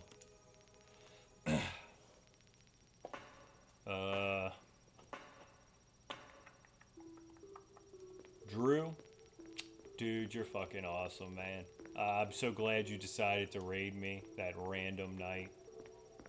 Fucking 5 years ago almost, dude. Actually, it's probably almost 5 years to the day. It was like a week in mid or late July. You're funny, you're chill. You seem to have a good heart. I enjoy watching you stream. I don't really watch too many streams anymore, dude. I feel like I always pestered you to stream together, but it was just because I had so much fun hanging out with you. And, but then I also realized, like, I'm not really good at, like, bigger streaming. I think that, especially like if I built my audience up, then yeah, there is an appeal because I do feel like I'm a talented streamer. I'm not a likable streamer. Uh, if you take me genuinely, but I would like to think that the people who have come in and seen me recognize the work that I put in to it and that it is something that is not seen elsewhere. I mean, I don't know. I don't see anybody streaming like me. Not to say that's a good or a bad thing, but it is what it is. So, yeah, dude, I feel like I pestered you to stream, but it was just because I wanted to hang out with you, man. I wanted to fucking chill. And, like, even having you on my stream more so that, like, it wouldn't be your fan base having to deal with me do horrible dark jokes ad nauseum. I got a cough. uh, I would have loved to chill with you in person. I think, like, if we would have met each other back in the day, it's crazy because, like, we have a lot of similarities. We like a lot of the same games, like a lot of the same music. I enjoy sports. I was more athletic when I was younger. I think, like, if we would have had the chance to meet as kids, we would have gotten along. But yeah, dude, I'm so happy for the growth that you have on here. I'm so happy to see you, like, get out of that apartment and into a home. I'm just happy for you, dude. And you're really good at streaming. You got yourself a really awesome fan base. A lot of the people that I have met on here and built lasting relationships with, or just even not even lasting relationships, just like have good chats with the Funky G, Ed the Rando, like I met through your stream. Uh, so I appreciate the hell out of you. I love you, dude. We've never kicked it in person, but you're a cool motherfucker. And if out of all the people that I have not got to meet on Twitch, you'd be the one I'd want to meet. For sure. I think we'd have a blast. Crew, I mean, I love you, dude. You're my best friend. We just click. I think that even though we don't see the... Well, actually, I think we see the things a lot the same, but we're also different. But, like, you're so chill, dude. You're so open-minded. You're so smart. I think one of the smartest people I know. I think you're a very intelligent person. I think you also do not, like, flaunt it. You don't wave it around. You don't put it in people's faces. I think you're talented as hell. You crack me the fuck up. You're funny as fuck. I would have had so many more miserable days without you, dude.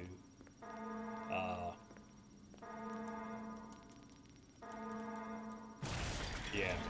It's, I'm so glad I got to meet you. I'm so glad we got to hang out in person. But yeah, dude, we talk every day. We've collaborated on so many things. You're a fucking awesome dude, man, and I hope that you keep on streaming. I wish you get back into music. I know they're fucking kicking your ass at that job right now, but if you could go back to selling weed and or trading cards and shit, so that, or even doing a job that is going to pay you for the amount that you put in, you bust your fucking ass, dude. And it's fucked up that you don't get the respect and payoff at work, especially for what you're doing. You're my homie, dude. I roll with you hard, dude. I roll with you hard.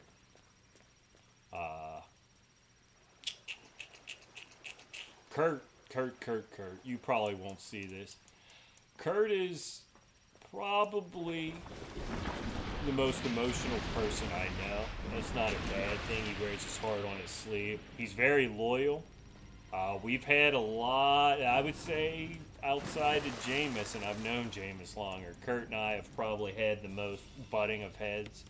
Um, but I think it came from an aspect of him feeling disrespected or me feeling disrespected. It was, and we never really like talked on it. But ever since then, ever since we had that conversation, I feel like the air was cleared. I never meant to disrespect you. I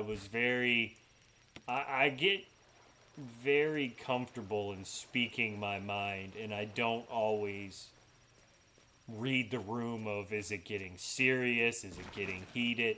I'm not always the most perceptive. He's on the spectrum. Let me catch some chats here. I'm sorry, y'all. For a while after we first met, I'm not sure we got along. Last year or two, you've been mellowing out, and things have been really chill, enjoyable between us. Thanks for being. Oh yeah, I've never had a problem with you, Mono. I figured you didn't like me because of my certain viewpoints on things, but like, I've never felt bad about like anything you've said. I've never judged you. You seem like a cool dude. I hope you don't off yourself, man. I pretend to know what it's like to be you, but I know a lot of people respect and appreciate you. I appreciate that, man. I really do. I think that I am very fortunate because, like, there are a lot of people out there that don't have people that care about them, and that's why I say I'm rich. Like, I'm not bullshitting. I think that I am hella rich because of like the way the world is.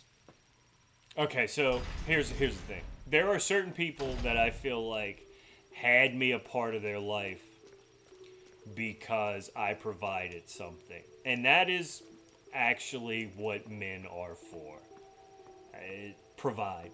Now, normally it's financial or like physical protection, but friendships are not usually that deep. So as long as you make somebody feel good, and I was also the friend all throughout the 20s. Oh, you're moving, I'll help you. Oh, you're doing this. You're doing some house cleaning or house moving around. I'll help you. And sometimes people would pay me. They would pay me, and then other times it would just be pizza. But I never asked. I did it because I wanted to help somebody. And that was probably people using me, and that's fine. I don't care. At the end of the day, I was doing it because I wanted to do it. If I didn't want to do it, guess what? I wouldn't do it. I am very good at not doing things that I don't want to do. As you can see, it's the situation that I am in. Life is not about, what is it? Hold on, don't butcher this. Life is not about avoiding like pain or avoiding. I'm gonna butcher it. This is my quote. Here. It's about avoiding the things you don't want to do, and people call me lazy. Whatever. Like, it's crazy that people would say that I am lazy because if you seen all the work, and it's like, oh yeah, that's not actual work. Well, I'm sorry that I'm not fucking flipping burgers or beating up prisoners in a goddamn jail cell to make my money, to fucking trade off my hours to do that. But like, the amount of writing, the amount of art, the amount of time that I put into doing the games, the amount of time I put into just trying to be there and on point and riffing, and I don't give a fuck. You take a look at certain streams when I am on, when I am clicking, and I'm doing that 1,000 days in a row. And at one point there was months where I was hitting, and then there were times where I wasn't hitting. But also think about having fucking crapping blood, having heart palpitations, having crippling depression, having all the ailments, COVID. I fucking kept the streak up. I kept streaming. I was networking with people. I was doing all this shit. And it's like, yeah, it don't make money, so it doesn't matter. That's fine. But if we're going to say, like, spending your time flipping burgers or spending your time fucking selling insurance is meaningful work, well, I think we're just going to have to agree to disagree there. Why'd I come back here? I don't even have the Magnum. I'm going to have to get the Magnum eventually, though. So yeah, like, I am rich because the people whose lives I've touched it truly. I've been authentic. I have been myself. I have been giving. I fucking do things that I don't even want to do anymore just because I know that it brings certain friends joy. Uh, Hey, I'm not asking for anything. I'm not asking people to understand. I'm not saying that you should be cool with what I fucking choose to do, but what I'm saying is realize that I am sick and realize that I have been sick for a very, very long time. And that where some people can find something that provides them the will to go on. Some people can find a family, some people can find a career, whatever it is. Like, the thing that provides me that joy, that keeps me from, like, is creating, whether it's streaming, whether it's writing, whether it's drawing. And it's not a matter of selling it. I've thought that it was, and then I realized I don't give a fuck. I don't care about outside validation. I really don't. Like, it's cool, it's nice, but also, like, what the fuck ever. So many things that are quality and good, in my opinion, are not popular. So many deep cuts and obscure things are where I feel like some of the best comedy, some of the best music, some of the best movies are. And, like, to do anything that is not fully me just feels like blasphemy. It's sacrilegious. That's why, like, when there's, like, certain things there, it's weird because I have values and I have standards. Like, there's certain things that I do not compromise on. Like, the idea of funerals is fucking retarded and stupid. It is a money grab. It is pretty much capitalizing off the grief of people. It is all for the living, and at that point, it's like, fucking get over yourself. You're alive. Like, shut the fuck up. It's so crazy that there is such a pressure to funerals. Marriage, dude, I don't understand the whole point of going through elaborate and expensive ceremonies. If you love a person, be with them. You want to have this extravagant day to have it be all about you. Cool. It's fucking weird. It's alien to me. I don't understand it. I have gone to one wedding in my life. I am not going to any more. I have told friends I don't want to go to your wedding. I don't want to go. I don't know if that was a problem for them. Maybe that's why people were upset, because I didn't go to their wedding. But guess what? What the fuck do you need to have this day for? Seriously, like, I don't understand that. What is the big deal? I am, first of all, I'm not the person you're fucking, okay? I'm not being fucked by you. It is a giant party with a bunch of people around that I don't know. They don't mean shit to me. Why the fuck am I being dragged to this? Why am I having to pay money that I don't have and then feel bad about not having because I had to come to your wedding? Like, it's insane, dude. Don't invite me to any place. Do not ever invite me anywhere. Not your funeral, not your wedding, not your quinceañera, not your bar mitzvah.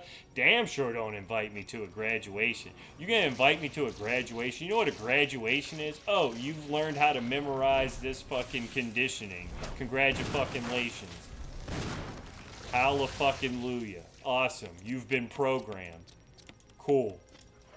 Fuck out of here with that shit. So yeah, that's just what I'm saying. That's all I gotta say on that.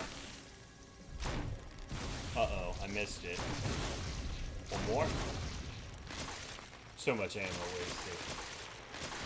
Yeah, but art is a skill, streaming is a skill. I think I do okay at streaming. I could do more in regards to networking. I could do more in being fake and fluffy. I think that would be a great way. I could also consistently stream. I could do a lot of things that would probably better my streaming, but I realized that I don't I don't care enough about it to do it. Like I have ambitions of things I want to stream, and I have all these ideas and all these games I want to play, and all this shit that I want to do that I think could be entertaining, but also like I only got so many hours. And like that's why when I say that I did a lot of shit, like most of the shit you didn't see on stream unless you seen the silly little fucking overlays or the stupid graphics or the little emotes like that's fine. I'm not looking for acknowledgement on the amount of time I put in, and I'm damn sure not looking for validation from a person or anybody to justify my existence or my wealth. So, like, I got no money in the bank. All of my money is in shit that I own. And you know what? Most of that shit I don't even own. Most of the shit was given to me. I have no wealth. But I'm still rich because you know what? When I leave here, people are going to be like, damn, imagine watching this movie, but like, what if Anthony was here? Like, how different would that be? Or oh man, imagine playing this game, but what if like Anthony was here? And I don't want people to get sad over it. That's not the intention. What the intention is that I know that I am. Fuck. What am I gonna take? This is tough. Alright, I gotta do this. So yeah, I've provided laughter to people. I've provided genuine concern, like care, and help people. And just don't focus on the bad ending. Shel Silverstein said it. Focus on the good and good beginning and middle, because the beginning was good. Like I was a fucking nut bar and I was crazy as shit and I had no self-worth and I had nothing but like replicating what I seen to figure out who I was. The middle, if we consider the middle to be 20s, well that was fucking god awful. But late 20s up until about 2 years ago, that was some fucking good shit for me. There was a lot of stress, there was a lot of heartache, there was a lot of loss, but you know what? I was me. I liked me. I lived my life the way that I want it, and I didn't hurt too many people. Financial burden on some, sure, but also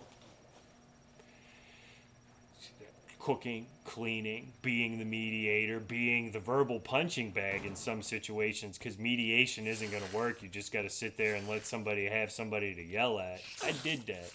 I fucking did that shit. And I did all that while wanting to unalive myself, while wanting to go night-night, while wanting to fucking be bedtime for Bonzo.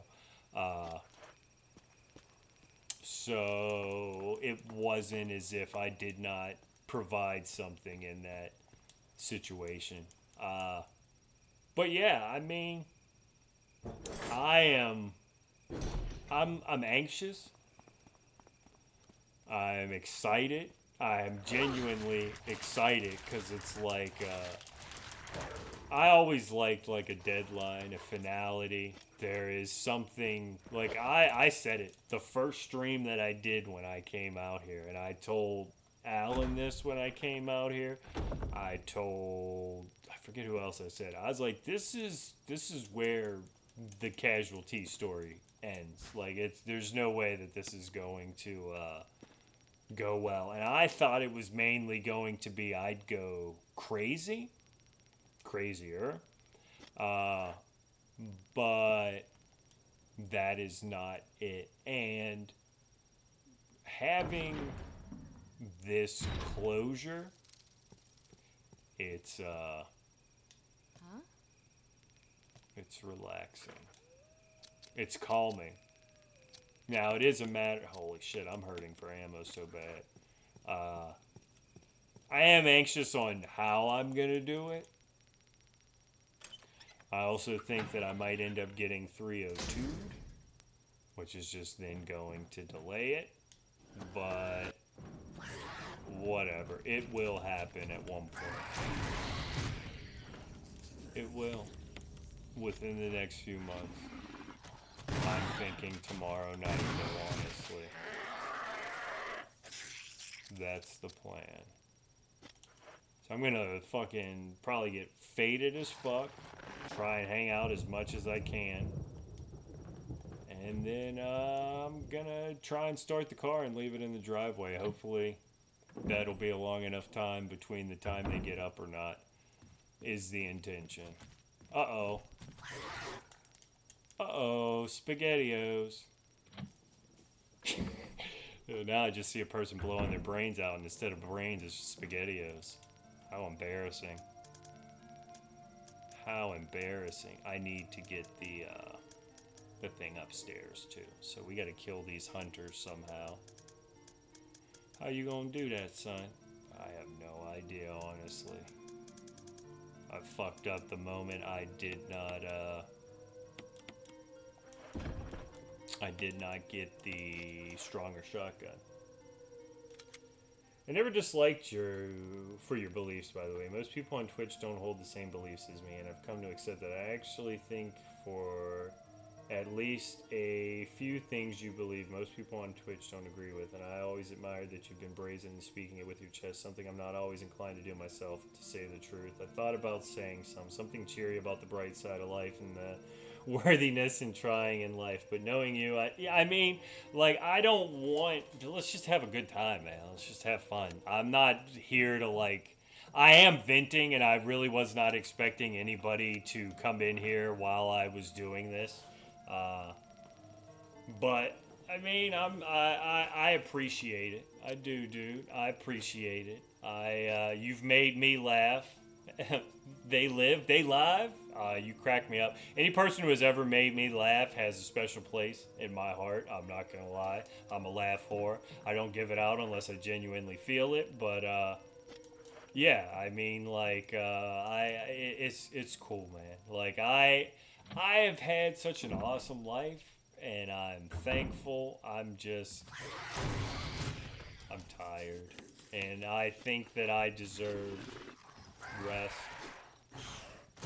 Oh my god, we're gonna die here. Maybe not. Maybe. Run. It's gonna be the stairs, Mono. We're gonna die on the same stairs. We're gonna die on the same stairs. No, not like this. Run, Jill, run. Get out of there. Oh. Oh, we got away. Oh, we got away. There is a God. Thank you, God. Hold on. Oh, man. I feel like the hunter will bust through the wall, I'm not gonna lie.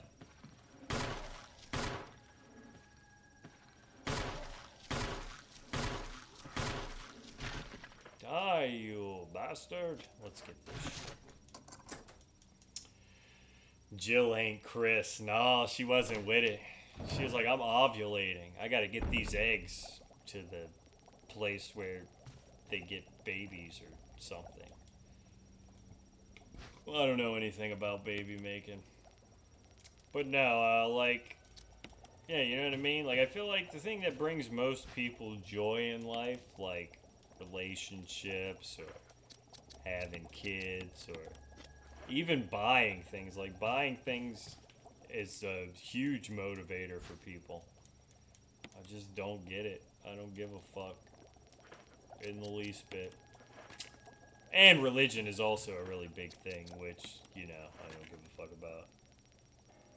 You plant the seed and then pay child support. Yeah, doesn't that sound amazing? Doesn't it sound awesome to pass on all your mental deficiencies as well as new ones due to your inadequacy to parent?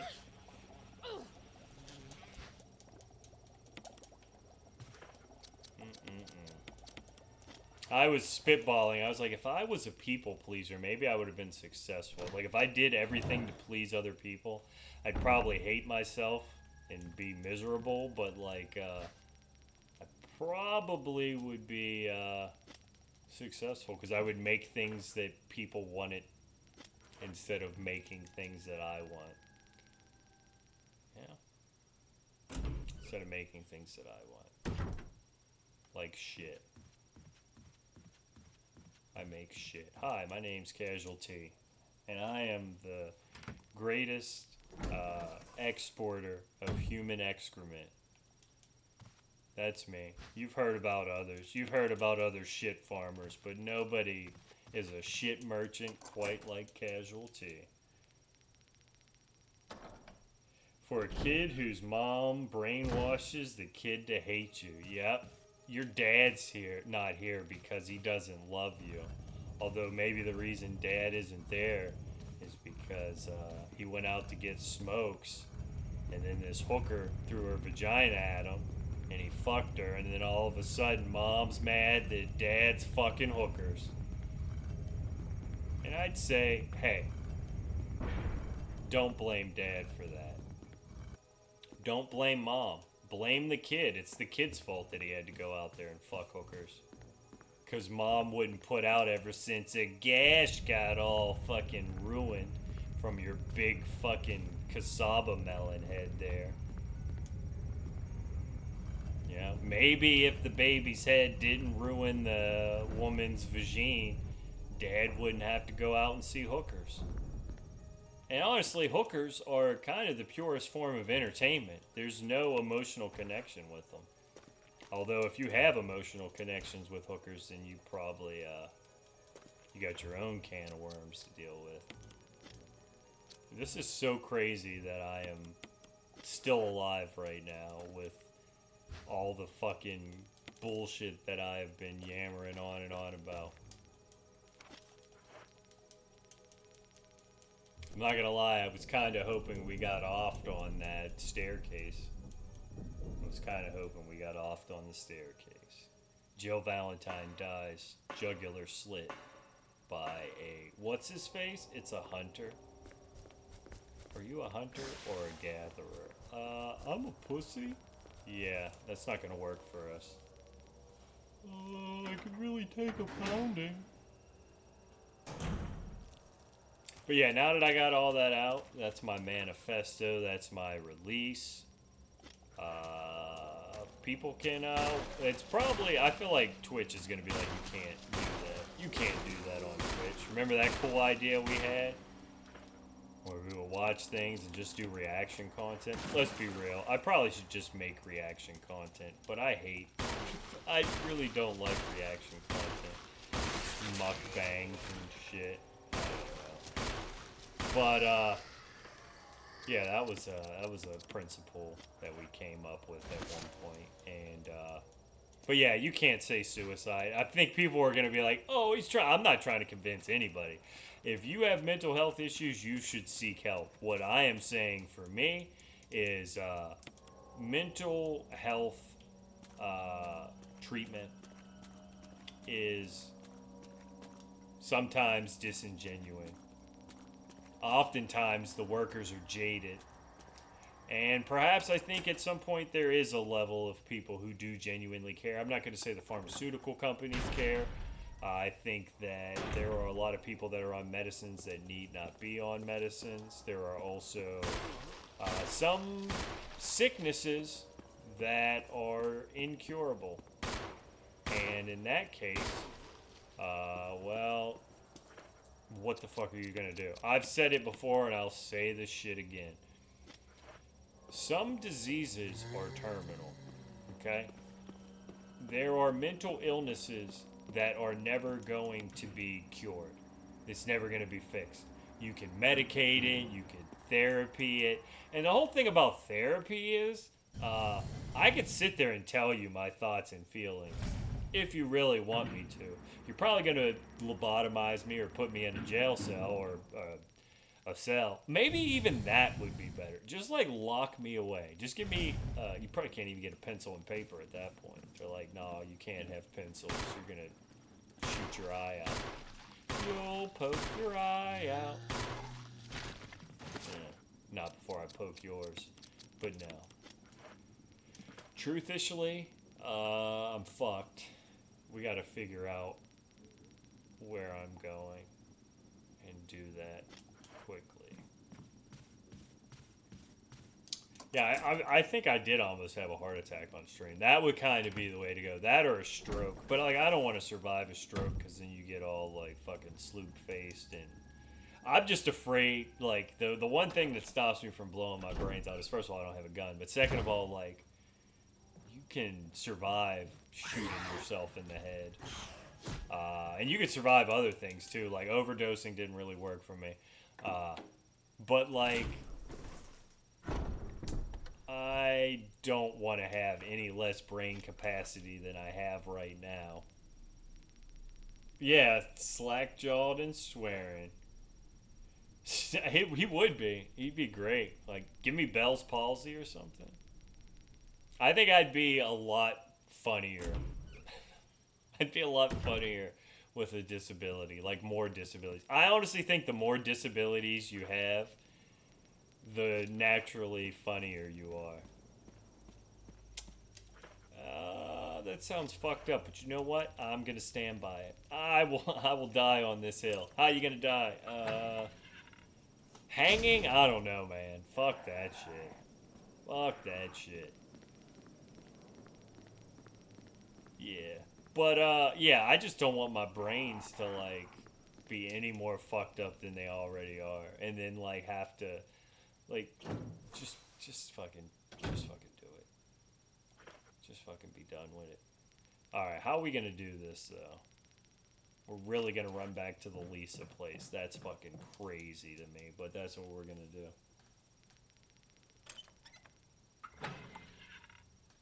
Would you say you've truly tried everything to make this life a life worth living? I do believe so. I would say through my 20s, I did the whole, get a girlfriend and work a job and move out. And I did that, and I was miserable. I self-medicated all the time. I was unhappy with myself, so that spilled over into my relationship. Also, I had severe trust issues from shit that happened earlier in my life, which I shouldn't have carried over, but not gonna lie, my ex, she was sweet, she was caring, she even dealt with me like struggling with employment for quite some time. Oh, who's coming in here? Who's coming in here? Welcome, Raiders. What's up, Cool Runner? I hope that anybody who is struggling with depression, mental illness, oh my goodness, or has any problems, do not listen to the lunacy that's spilling out of my mouth. Make sure you take your prescription medicines. Make sure that you talk to your doctors and gynecologists or psychologists or whatever, and go find help. But yeah, I tried all that mono. I tried to do the whole I just need to run by this guy right now. You know, the typical, hey, go be a fucking normal person, have a relationship, have a job, get a car, get your own place, fucking live in a apartment with your girlfriend who likes to have a cat that shits in the box and walks all over the counters and be okay with it, or get with a girl who has a dog that just whines the entire fucking time and she talks to it like it's a real person. There's actually a friend that I had that genuinely cared more for her dog than I think her significant other. I was like, I'd kill you. I'm not gonna lie. I'm not gonna lie. If I was ever in a relationship where like I was dating somebody and then they got a pet and they're like, "Oh, I think I like him more than you." I'm like, "Guess what? You're dead now." And I don't promote murder, but that is just you're cleaning out the gene pool. Oh, beat this remake, beat this remake. Why'd I come over here? Because I wanted to drop the book off. That's what I wanted to do. And maybe the shotgun? No, there's shotgun shells. Maybe the grenade launcher. So we're going to drop this off. We're going to drop this off. We're even going to drop that off. That's what the fuck we're going with. We need everything else. So yeah, I'm mentally unstable. I'm unwell. I'm grasping at straws to jam down my throat like an unfortunate duck.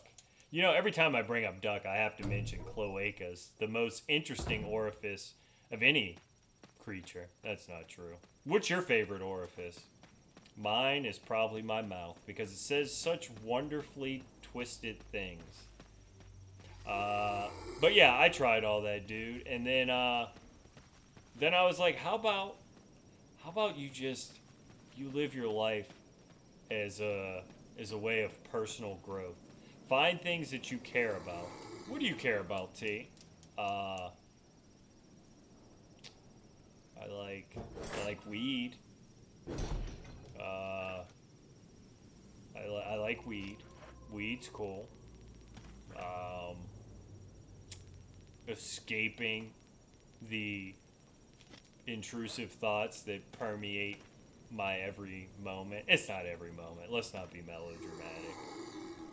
You get them pretty often, though. Everybody has intrusive thoughts. It's what you do with them. And me, I'm going to start putting my intrusive thoughts to work. They're going to be extrusive? Outtrusive? I don't know, man. Remember Tootie from Facts of Life? You know what she's doing right now? I don't give a fuck either. Yeah, we're gonna die here though because I am not prepared for this. I thought real survival would have been a cool mode to do as I deliver my manifest, bro, but it's not. Did you? Yeah, I've tried quitting weed. I quit weed for 8 months once. I quit weed. I took all the psych meds they told me to take. I started working at a place that was completely like not for me, which was working on cars. Because my buddy was like, "I could get you a job and I'll teach you." I was like, "Dude, I am fucking retarded with my hands. I don't want to do this. I'm sober. This fucking sucks. I want to stab this old lady. Can I stab this old lady? No. Can I joke about stabbing the old lady? Yeah, but you got to do it at the right time in the right place." And it's like, sometimes old ladies need to be stabbed. Sometimes old people need to be stabbed. I think more people would learn from getting stabbed than learn from not getting stabbed. What are you going to learn from not being stabbed? I'm not stabbed right now, and I feel like I don't know anything. If I was stabbed, however, I'd be like, oh, I can emotionally process this pain. Oh, a fat zombie and a skinny zombie. But no, so I did all that. I quit smoking weed. Actually, they scared me into quitting smoking weed. They were like, "You might be schizophrenic," and I was like, "I'm not schizophrenic. Believe you me, if I was schizophrenic, I would know." Yes, you would know. And so they're like, "Yeah, stop smoking weed. Let's keep giving you these pills." So I did that. I took the pills. I told the psychiatrist that it was like, I don't feel right. I feel like a zombie, and it doesn't really make me want to. I'm not enjoying life. I still have these urges. I'm still very angry. What do you suggest? Well, let's change the medicine. So we did a bunch of different cocktails. They did group therapy. At the time, it was very anti-weed. They were like, weed is bad, okay? So we think that we're going to treat you as a drug addict because you smoke weed. And then we don't really think you have a mental illness. I'm like, dude, I fucking think about drowning puppies and laugh. And like, I think if I could have a puppy drowning station, I'd feel better. I think if I could go hunting, I would feel better. I am a terrible person in regards to I have to have a violent release. And there's no healthy violent releases quite like drowning puppies. It's just the little gurgles they make as the bubbles rise up. Oh my god. I'm getting a boner. Let me stop. You can't say that on Twitch. You can't do that on Twitch. I could talk about having a boner. As long as I don't show the boner, we're good. Yeah, treating people like drug addicts does nothing to help them. No, let's treat them like prisoners. You know what I mean? Let's treat them like prisoners. Let's lock them up, chop off their balls, and lobotomize them. That's honestly, like, I'm gonna be 100% honest with you. Like, if you're looking for a better, like, species, you should round up the mentally defective and at least castrate them, prevent them from procreating.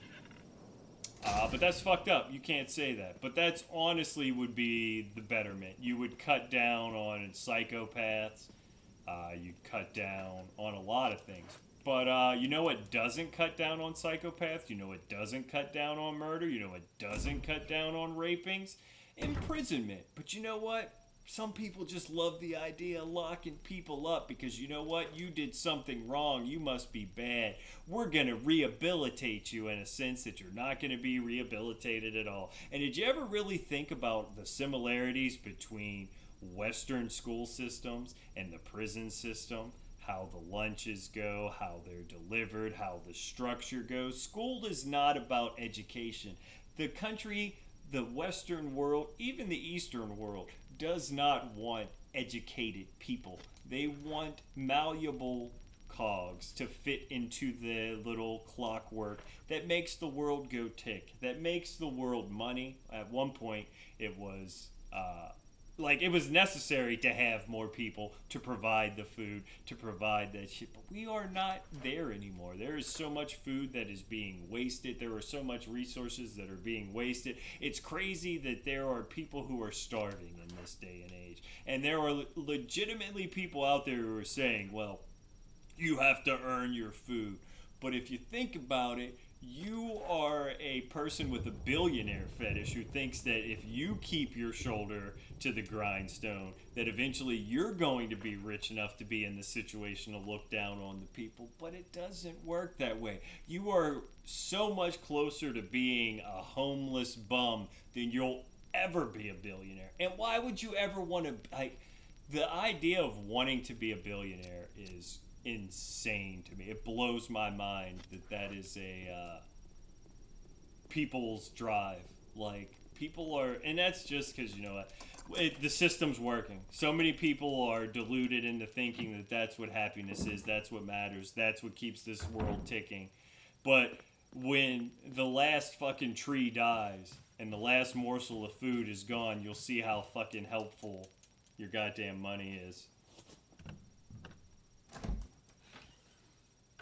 Yeah, hard work will not make you rich now. And in a lot of situations, hard work didn't make people rich at all.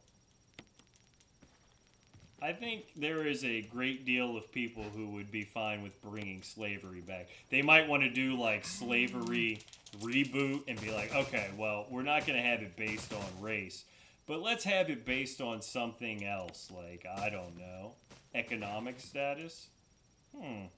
It's almost as if the people who are generationally wealthy continue to be wealthy, and then unless you get up to that level of richness, in which case then you start spouting out different assholes who are entitled because they're suckling off your teat, your financial teat.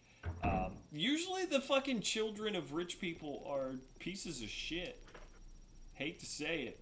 Hate to say it. No, I don't. And I don't even hate rich people. I'm not on that because I think there are people who have a lot of money, not billionaires, but there are millionaires who are genuinely good people. It just doesn't matter because like you're just a drop. You're just a drop of fucking money in there. I'm surprised people are still hanging out for this. You know, it's crazy. They must be all AFK because I would not want to watch this shit.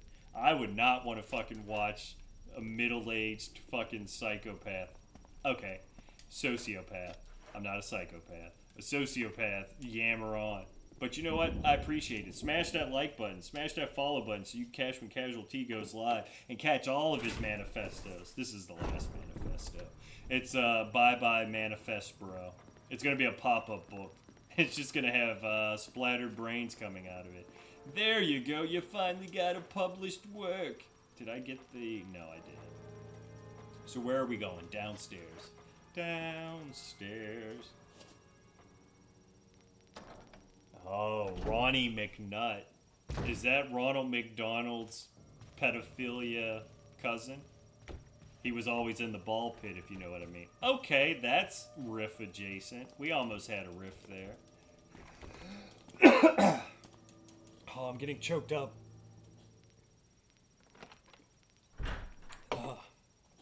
All this riff in my manifesto. No, I disagree. Cool Runner, you're pretty chill. And you're informative. Me, I'm a fucking psychopath that is probably, no, sociopath. Spouting out shit that is, it's not meant for Twitch. This is meant for manifestos and diaries. Diarrhea, cha-cha-cha. But yeah, I'm hurting, y'all. I'm hurting. We're all hurting. But you know what?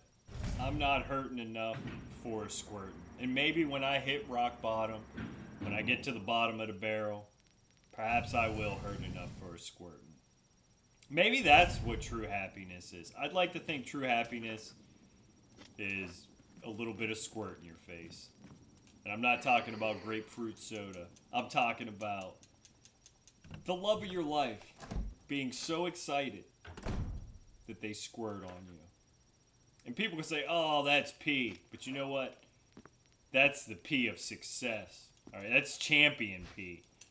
That's not regular run-of-the-mill P. That's, you went out there and you worked hard for that P. Some people work hard for the money. You worked hard for the squirt. Squirt. Squirt. I'm just going to call it grapefruit soda. We're going to get rid of this. Why? Oh, because I just feel like living on the edge. Magnum ammo, right? Magnum ammo. Yeah, I mean, I think I actually am stable. I think my thing is that I am tired of trying to be. I've said it. Here we go. It's the square peg in the round hole. And like, there's nothing wrong if you can be the round peg. Like, if you could get it set up that you are in that situation, that's awesome. I can't. I feel like I have spent so much time hating myself that when I finally got to the point of liking myself, I don't want to compromise it. And I usually only have to compromise it when other people have an issue with it. And I don't have the luxury of being in the place where I am truly allowed to be myself, the place where I truly can be home. It's not available to me. That place is gone. And I'm glad that I ever had that place, though. So, like, I don't look at it in a negative lens. Like, I don't look at it like, oh, man, it's so shitty. I'm like, dude, I had an amazing ride. The amount of fucking laughs that I had, the amount of just silliness and joy that I felt for a person who is so not right. It's awesome. All right, I guess we're gonna go. I have no idea what to do. We're gonna go do the sewers now. Get that out of the way. I haven't been feeling well lately. I just keep it in and don't bother even to complain because who would care? Well, I mean, I don't agree with that. There are people who care. I personally think that, like, me talking about it is not going to make it better. Because my problem is not one that is emotional. It's not one that is, it's not an emotional thing. It is, I don't want to compromise who I am because I feel like I've compromised so much already. And if people can't acknowledge that, then fuck you. Sorry, I hate to say it. Like, if that's how you feel, and I'm trying not to be angry about it because it just got sprung on me. But like, you shouldn't have told me to come out here. You shouldn't have told me to come out here. You should have not taken me out of my safe space. You shouldn't have taken me away from it. You should have just never bothered with me, honestly. You should have just left me to fuck alone because it would be better for me, better for you. It would be better for everybody. The fact that, like, you put me in this situation. I didn't ask to come out here. I did not want to come out here. And then, when I ask you to not do things that are clearly things that are unnecessary, like, they did so much, bought so much. I'm like, don't buy me anything. You've already driven me across the country. Why are you buying all this needless stuff for me? Why do I need a TV down here? Why did you get all of this shit? What is the purpose of it? And I think, it's because they see me as a kid because they never took the time to know me. They never took the time to figure out who the hell I was. I was the fucking kid they seen 14 years ago, 20 years ago when they came out. And that's all sweet and dandy and blah, blah, blah, but you don't know me. And then for me to open up and tell you who I am, what I am, and not even fully, because I can't do that. If I were to do that, I think it would be an argument. And I'm not arguing with anybody. I'm not going to argue with a person. I'm not trying to change your viewpoint. I'm a fucking grown-ass man. Now, I don't have fucking a cent in the bank. But I hate to tell you this, money don't make you smart. Money don't make you successful. Money makes it so you can live. But the fact that you spent your whole life beating on prisoners and became something with money doesn't mean that you have any idea of what's going on here more than I do. And if you think that, then good for you. You figured it out. You know what life's about. We're both gonna end up dead at the same. We're both gonna end up dead at some point. Like there's no winning. The only thing is I would measure it by the amount of joy you've had. And if money brings you joy, money brings you joy. I have no problem with that. But don't put your viewpoints on life on me. Don't drag me across the country under false pretenses. You could have just left me. You didn't even have to bother me. You didn't have to get involved. It's not your place. It's not your place. It's not. I'm thankful that you did this, but I do feel like it was under the pretenses of you thought that I was going to be something that you think is a success or that you think is, I don't know, meaningful existence. And I'm not going to lie to you. I don't see how that's a fucking meaningful existence. Oh, it sucks. Oh, hell no. No. The whole thing is if hell exists, I am going to be super excited to take on God. We might lose, but I'm going to be full in on killing this motherfucker and taking down his kingdom because he's a totalitarian piece of shit that gives people free will but doesn't give them... if it's hell... then if it's eternal torment, it's eternal torment. It's pretty much torment every day now anyway. If it's physical torment, I feel like that is eventually going to go numb. You're going to, oh damn, I need to do that. But I think it's like what you were before you were born. You don't, there's nothing. It's just quietness. It sounds so fucking peaceful. Like, I would take that peace over the fucking... my ideal life when I was 20. If I could be like, yo, when you're 40, you're still gonna have these feelings. But, like, you're a successful writer. You got a family. You got all the things you wanted. Or I could just have that... if I could have never been here, that would have been the ideal situation. I never fucking wanted to be here. Like, I didn't. I had fun while I was here. But, like, I'm not gonna miss this shit. I'm not. And, yeah, I don't think that there's going to be some divine war between heaven and hell. But if somehow I get sucked into hell, you best believe I'm rolling with hell so fucking hard, and I'm gonna do everything to take down white Jesus and God and whoever the fuck is on the other side, because you know what? I'm gonna join a team finally. I spent my entire life skirting around joining a team. Well, when I go to hell, guess what? I'm gonna be ready. Jill? Me, all the gay people, all the other people who committed suicide. And I feel like, alright, so heaven is gonna have all these fucking pure hearted people. Are you willing to drown a puppy? Okay, where do you think all the suicide bombers are going? They went to hell. So what if we just fucking took a bunch of suicidal people in hell and sent them to heaven, fucking blow up his gates, boom, we win. I'll be hell's strategist. I don't know much about war, but I do know about saying blasphemous things. But no, I don't believe any of that. When I close my eyes, it'll be like before I was in the womb. It'll be darkness. It'll be non-existence. It'll be quiet. It'll be peaceful.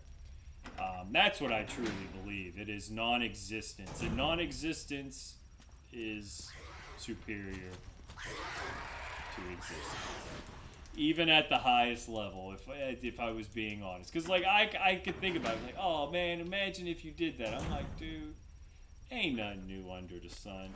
Ain't no new jollies to be found. I've been on my route. My mind tends to drift towards philosophical topics similar to that, like the value of time, money, and labor. Well, the whole thing is like, I think there is a healthy balance. I think there is a certain amount of hours that you could do that is completely meaningless to you in exchange for food, water, currency, whatever you want to call it.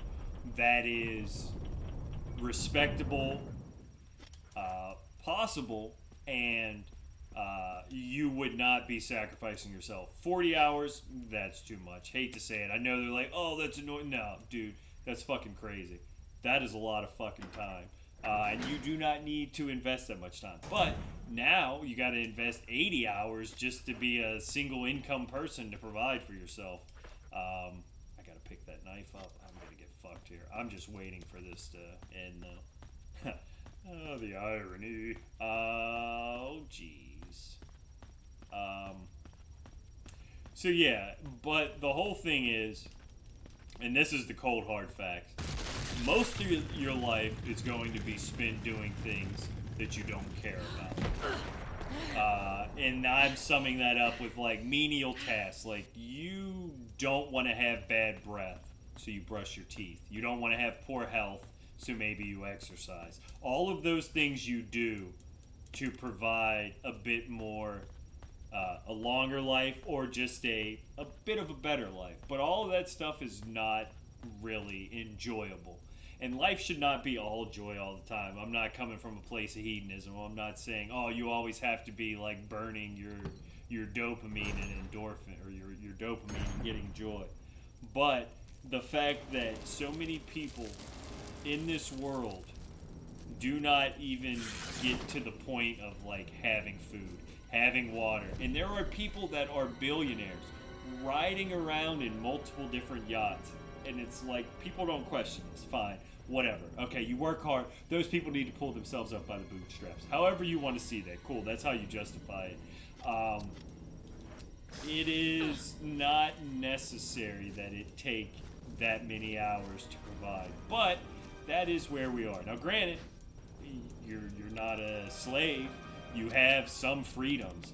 But, like, the best prisons lure you into thinking that this is so much better than what came before. Obviously, it's better than what came before, but it doesn't mean that it's not faulty.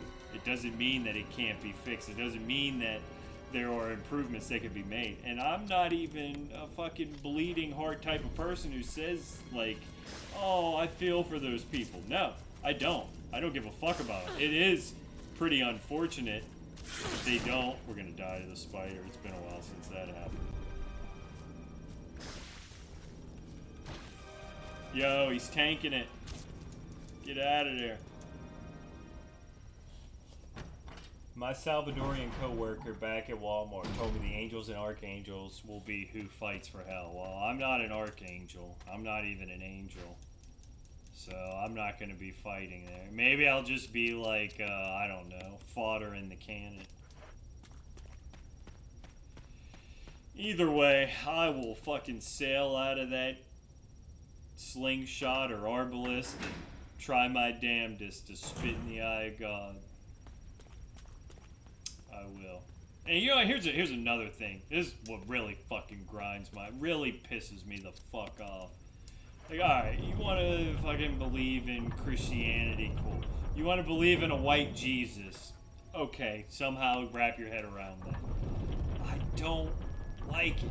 Here we go. I was talking about how I don't like anything out of South Africa. We were like talking about Seether earlier. And I was like, I don't think there's anything I like out of South Africa because, well, fuck South Africa. Stolen land. But, like, I just feel like here's the truth. So anytime a minority group activists have tried to stop the capitalist machine, the white supremacy machine, it has been stopped. Fred Hampton, Martin Luther King, Malcolm X, even in a sense, JFK. Anything that was for the betterment of the minorities, especially Fred Hampton got killed once he started bringing non-minorities in. Once it was like the Appalachian people who were struggling. And they even brought over the Confederate flag, and that was riding with the Black Panthers because they realized, like, we're all poor.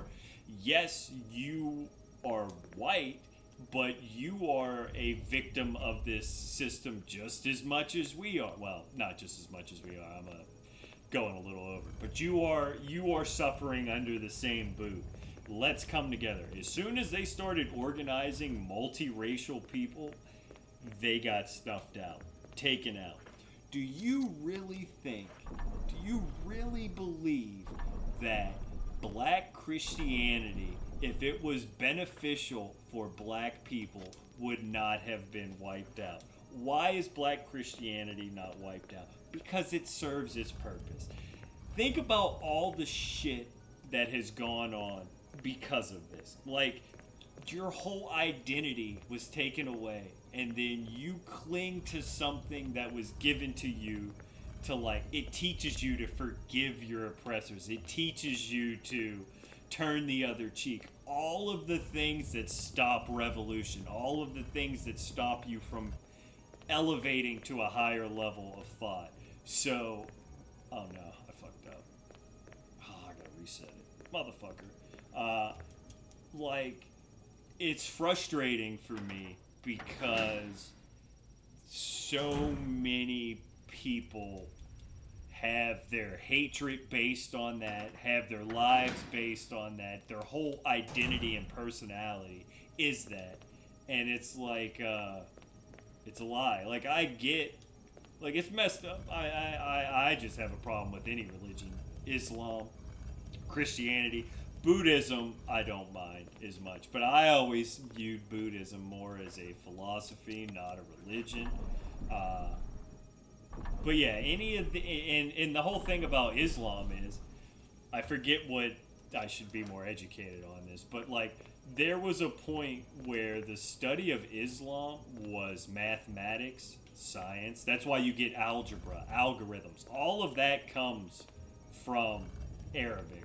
Okay, so they had their entire teachings that had nothing to do with a supreme being. It had nothing to do with a god. It had nothing to do with faith whatsoever. Now, there were principles that were taught in it, but that's like self-respect, things of that nature. It had nothing to do with the deity. Then a motherfucker came along and he was like, you know what would be really cool if we just pump this full of a bunch of like religious and anti-woman shit. And that's how I'm going to run my kingdom. And then Islam went in that way. So, like, I am all for higher learning. I'm all for spirituality. I think spirituality is important.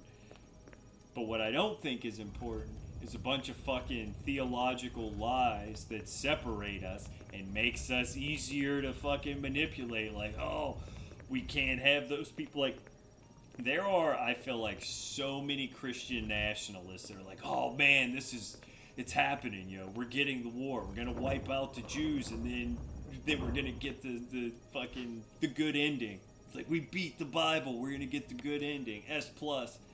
Um, and it's crazy that people are so into that. Like, there is a gene in us that makes us prone to worship. It's a cuck gene. It's a fucking cuck gene. And I'm not trying to offend anybody who's religious, but I'm sorry. It's true. It's in us. We are designed to be that way. Maybe, I don't think it's through evolution. Just like how we have all these dogs that are like fucking crossbreeds that are sick and dying, and they consider it an evolution. It's not. It's a de-evolution. I would honestly say canines have devolved. They used to be powerful, beautiful fucking wolves that were independent in their own fucking regards. And now we have a bunch of fucking stupid dogs that are eating better than a lot of the people on the planet that have. There are dogs on Prozac.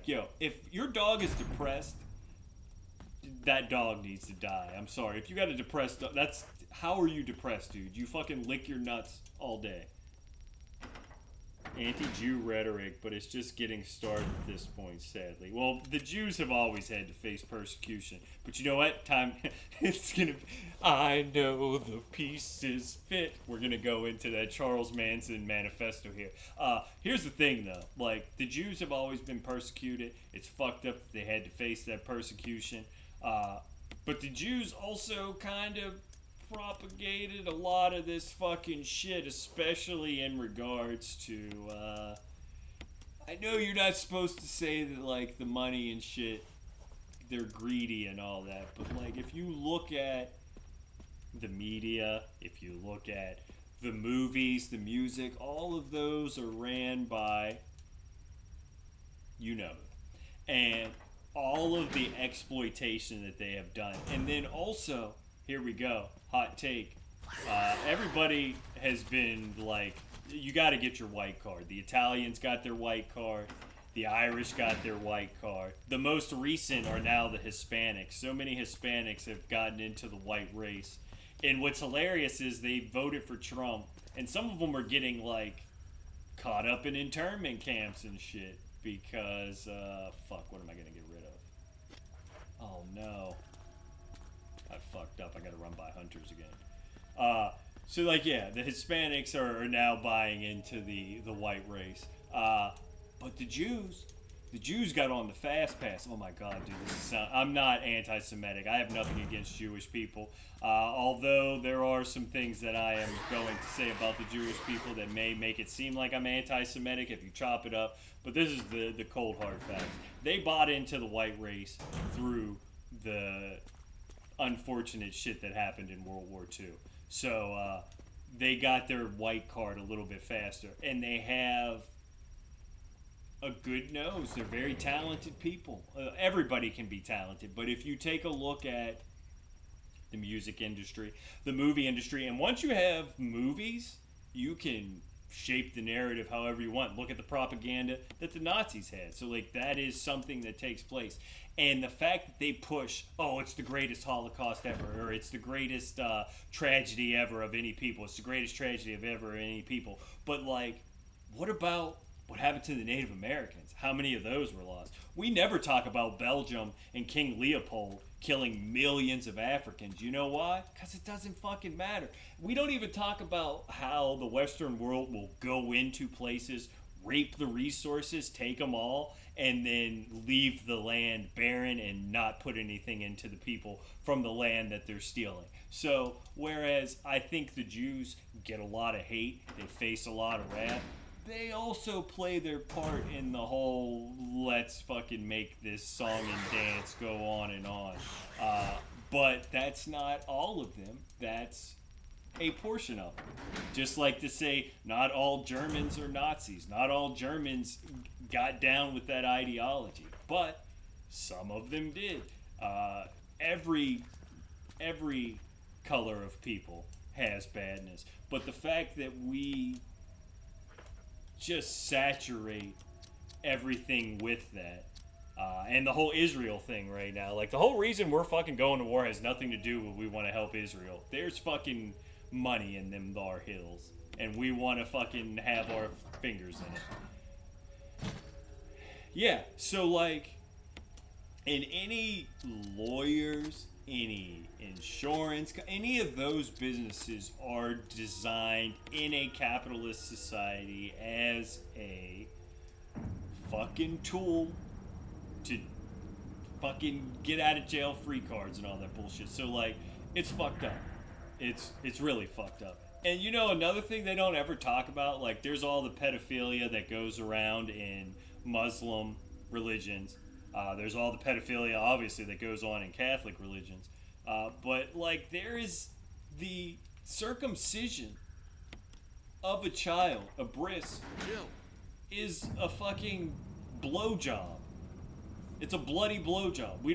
They don't talk about that. That's cool. That's like your religion. You're allowed to freaking chop up a baby's penis and suck it off a little bit. You know why? Because we've been doing it for hundreds of years. Okay. Let's call some things as they are. All religion is bullshit, but I don't think people should be persecuted because they are religious.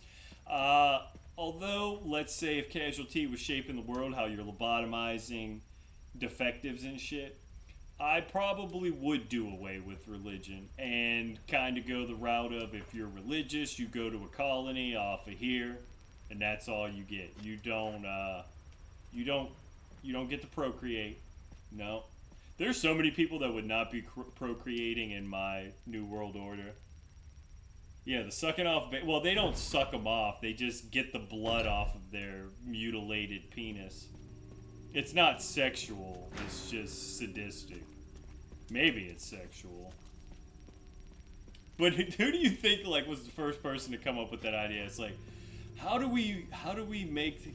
First of all, how do we mutilate babies' penises? And then, how do we make it like our own? Like, oh, people have been mutilating penises for a while. We need to have a twist to it. Well, why don't we use our mouth? You know, we say our blessings and stuff with our mouth. Why don't we, just put it? And they were probably like, dude, that's fucking a horrible idea.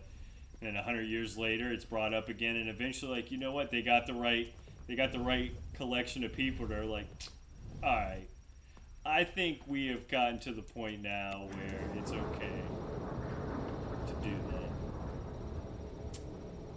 But yeah, I don't know, man. The amount of woman hatred and poor hatred. Well, I wouldn't even say there's poor hatred. I am not going to speak on the Quran. I know there's a lot of anti-gay stuff in the Quran. There's also a lot of, like, women being submissive in the Quran. I don't know. I just don't get why people are like... And I hate when people say, oh, it's our culture. Like, culture, I will die on the hill. Culture is important. But if your culture is based in homophobia, misogyny, elevation of one sex or gender above another, that's not culture. Hate to tell you that. That's not your culture. That's indoctrination. That's bullshit. But whatever, dude. I'm a fucking madman. What the hell do I know? I was circumcised, and I don't have an issue. I'm glad I was circumcised, but I also think circumcisions are they're aesthetic. Like, they said, oh, it's easier to clean and stuff like that, but it's all aesthetic. And if you think about the number of circumcisions that are botched, that then result in people either having to be castrated or have sex changes at birth, it's kind of crazy. Like, you can have an extra flap on your dick. like a million people can have an extra flap on their dick if it means that, I don't know, 5,000 aren't completely mutilated against their will. But no, I'm glad I got circumcised. In fact, my dick would have been too big if the doctor did. He took 4 inches off my dick when I was a baby. I had a really, in fact, my heart wasn't able to support my dick, and I still have that. All my heart issues come from my oversized penis. But if I didn't get that circumcision, I probably would have died a long time ago. I forget what comedian was talking about it, but he said that a lot of big dick people are dumb because what happens is when they get a boner, all the blood rushes to their dick. So, like, they're kind of depriving themselves of the blood flow to their brain. So they get a little stupid. So, like, big dick people, when they get erections, they're losing a lot of blood. Therefore, they're not the brightest. So, I don't know if you know this or not, but I'm pretty stupid. So, you know what that means. I have a boner. But no, I do alright for myself. I think, here we go. I have no problem talking about it. Like, I don't think I'm huge or anything, but I'm bigger than average. And I think that it's kind of like, it's kind of a cruel twist of fate. A person who doesn't really care to use their penis all that much has such a bigger than average penis, while there are people who are probably like in loveless marriages because they got involved with a person who had a tiny penis and they didn't specify that they need a bigger penis. And sometimes it's not even the matter of the size. Sometimes it's just a matter of knowing how to work it. But like, I think it's hilarious. Like, I like sex, but it's not really, I don't know. I have to like the person. And there are so many people that I don't like, and I mean on many levels. I'm picky, so like I don't use my my bigger penis. So it's like having a big penis that's just sitting on the shelf. He's on IR. My penis is on IR. It's mental health related. But whatever. I'll deal with it. And you know what? You know how selfish I am? If I could donate my penis to somebody who was in a loveless marriage and it would do better if they had my penis when I was gone, I wouldn't even do it. No. I'm gonna take my dick with me. In fact, maybe that's how I can't. I'm not flexible enough to suck my own dick. Macho Man Randy Savage's brother used to do that in the locker room. It was like a prank. Could you imagine? Like, how would you say that's a prank? I feel like that's just, you walked in on somebody masturbating in a sense. But, like, it's kind of like when Cartman was sucking people off and then, like, taking photos of it and be like, you let me suck your dick. But it's like, well, you were sucking dick. But yeah, like, no, I'm going to take my penis with me. I'm going to take it with me. They say you can't take it when you go. I'm here to prove that you can. I don't think we're going to get another grenade launcher rounds. Dude, this is so fucked up. I fucked this up so bad. Oh well, we're still going somehow though. This is pretty insane. I probably should call it. What time is it? It's only 5 a.m. here. Well, like I said, I'm riding this shit till the brakes go off. Because once sleep comes, it's kind of it.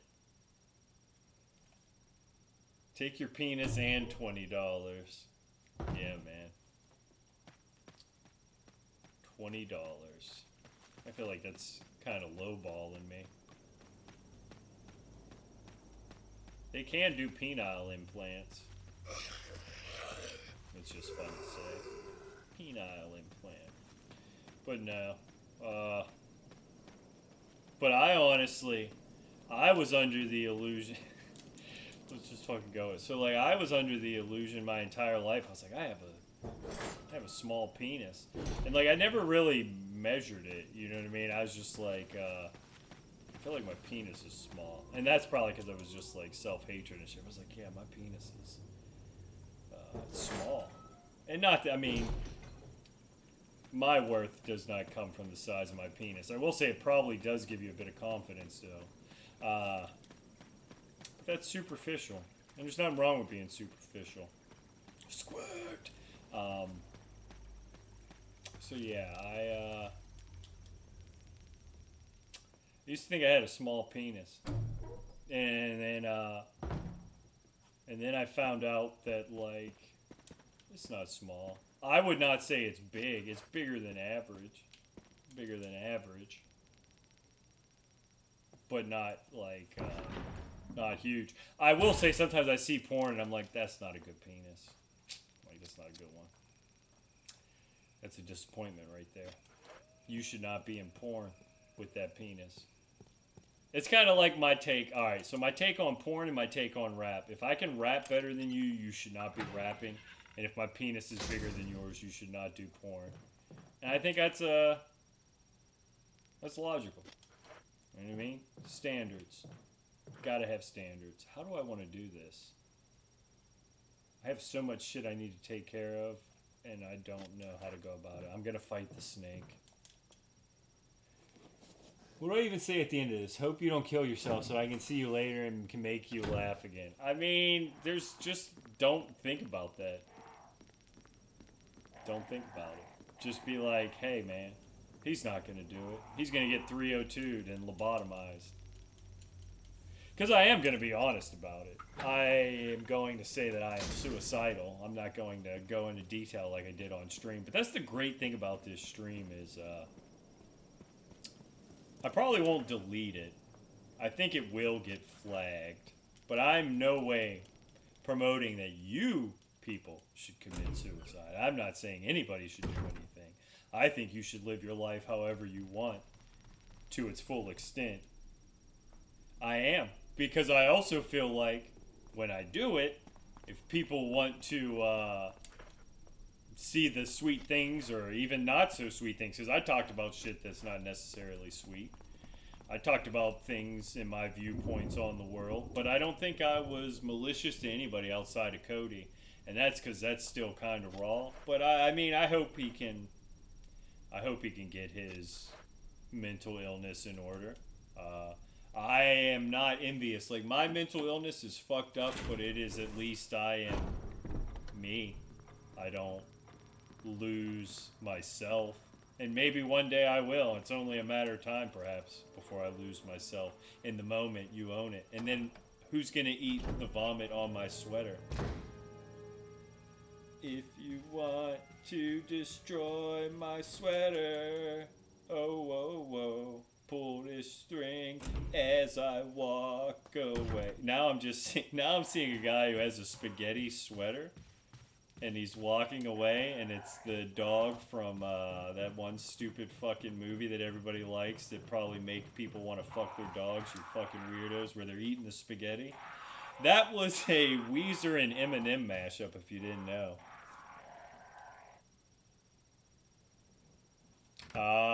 Well, I don't think, first of all, the first responders in this area are not going to care about an interracial, they're not going to care about a mulatto. Even a bright skin such as myself, they ain't going to give a shit about me. I just seen, like, where I'm from, you'll get a lot of, like those ambulance chasers lawyers talking about Lake Junum and all that shit. But, like, I've been seeing a lot of, if you were in a mental hospital, maybe it's the whole red car thing, but it's like, if you were in a mental hospital in Illinois, you are able to file a class action lawsuit or some shit. So, like, no, dude, this was a sundown town, like, 20 years ago, if that. So I am not expecting any first responders to care.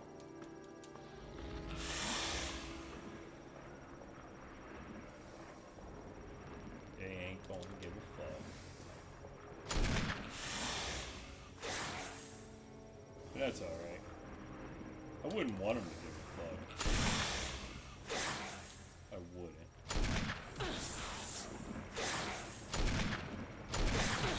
Oh, that might be it. Oh, don't reload. Yeah, how are you not dead?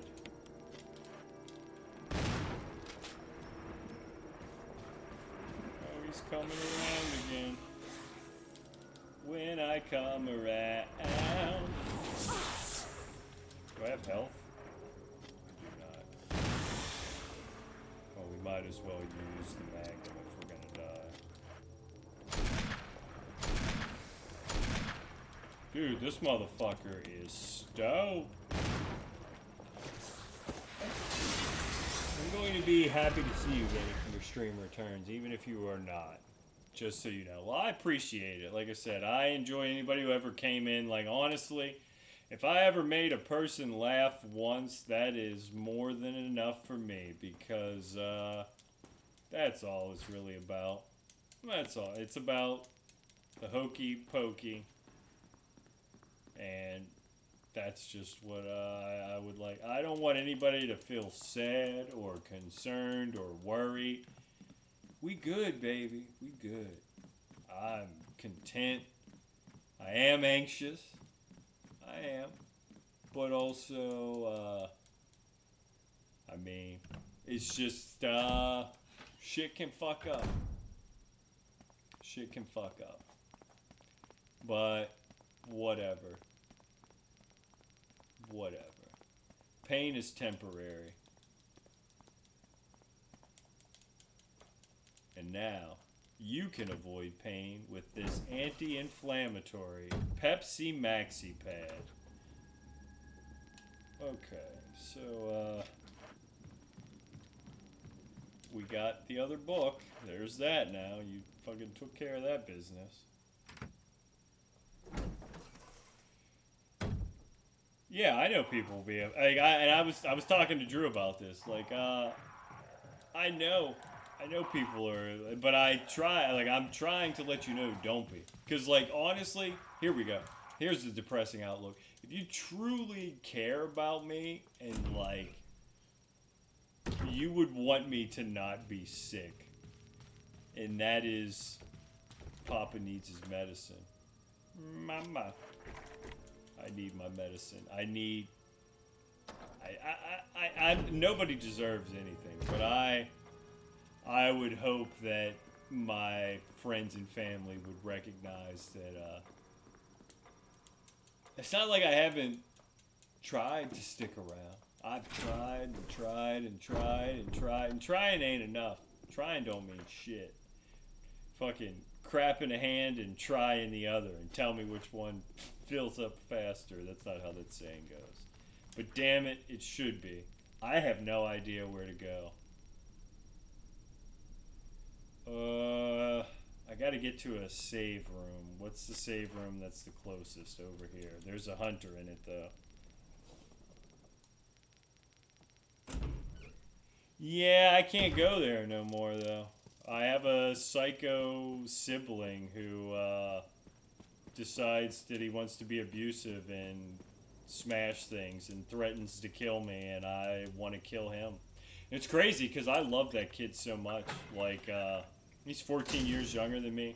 He's my brother, but it was more kind of along the lines of, like, here's the crazy thing about it.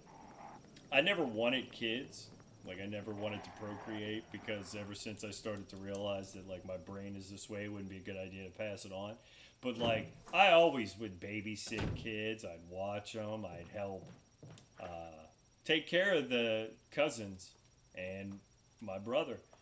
So I always enjoyed, like, kids, especially when they'd get to the age around, like, 7 or 8. You could play with them. You could read with them. Like, babies are easy to watch. They're kind of gross, but, like, I like kids. Not in a weird, creepy way. I just like kids. I thought they were cool. I don't really like them too much anymore as I've gotten older. But, like, when I was a teenager and early 20s, I enjoyed watching my brother. Some days I didn't, but I mean, that's just any time. But I like hanging out with kids. But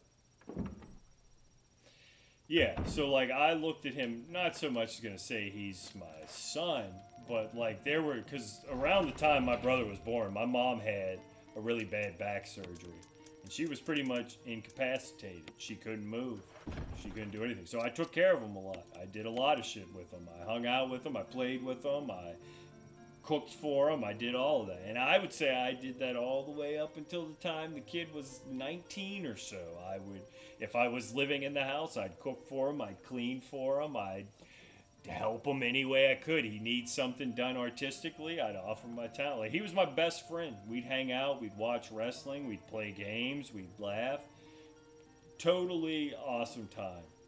But mental illness struck.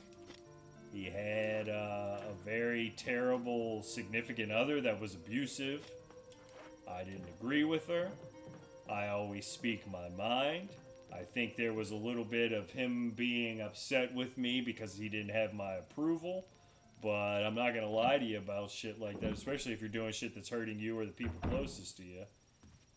And I think it was easier for him to place the blame on me and hate me.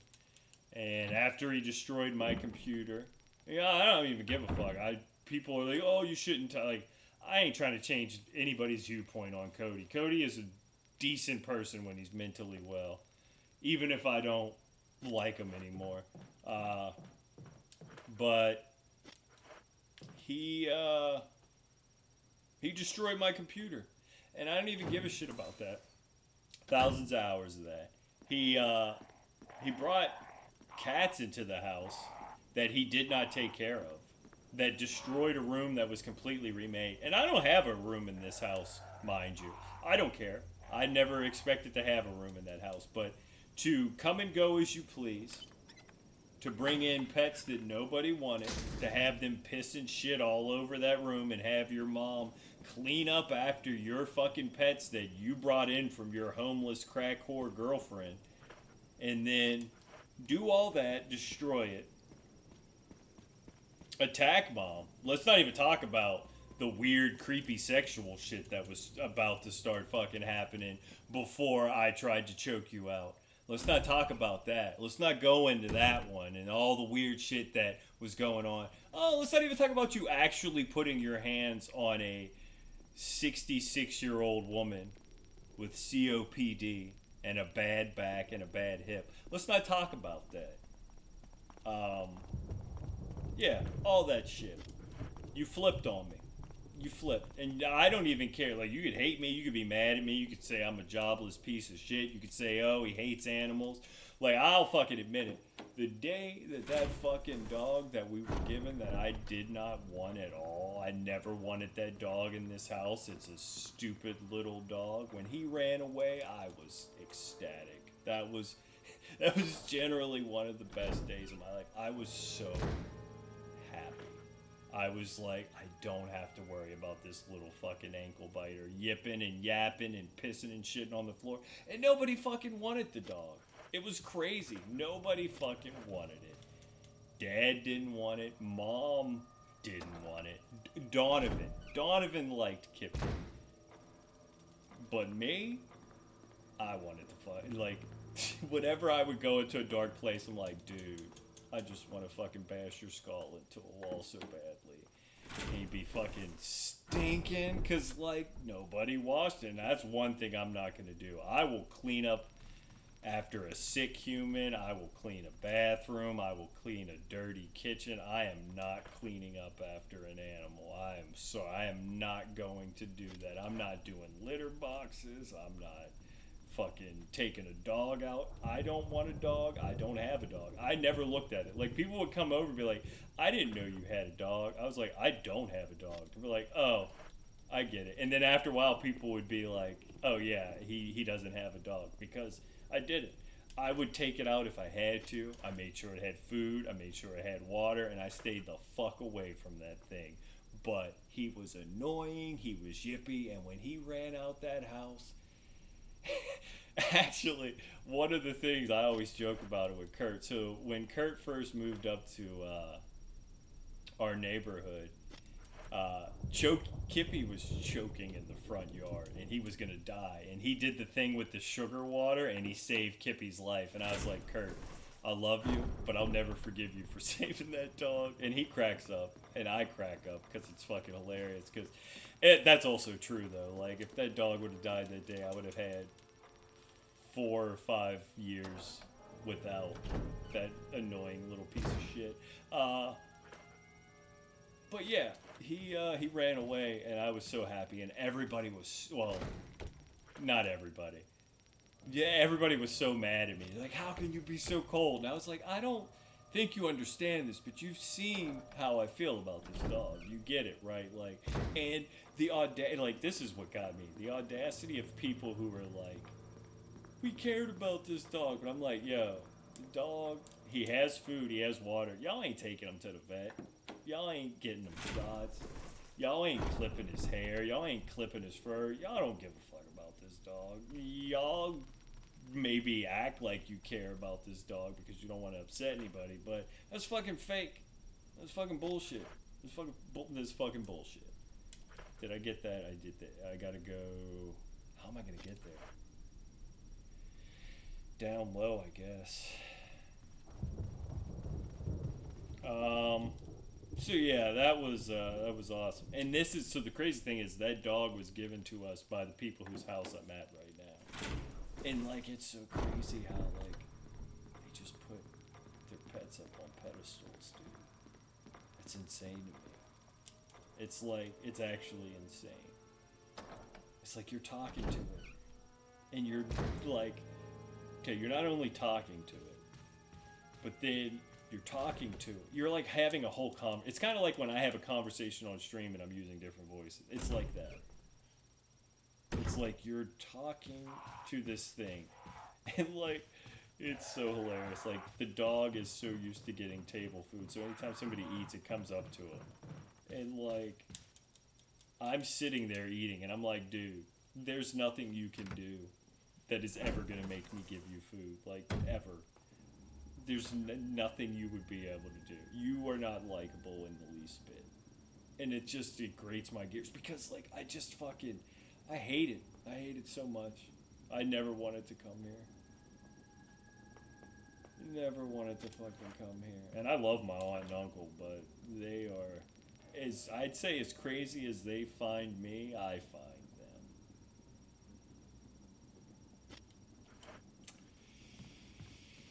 Oh well.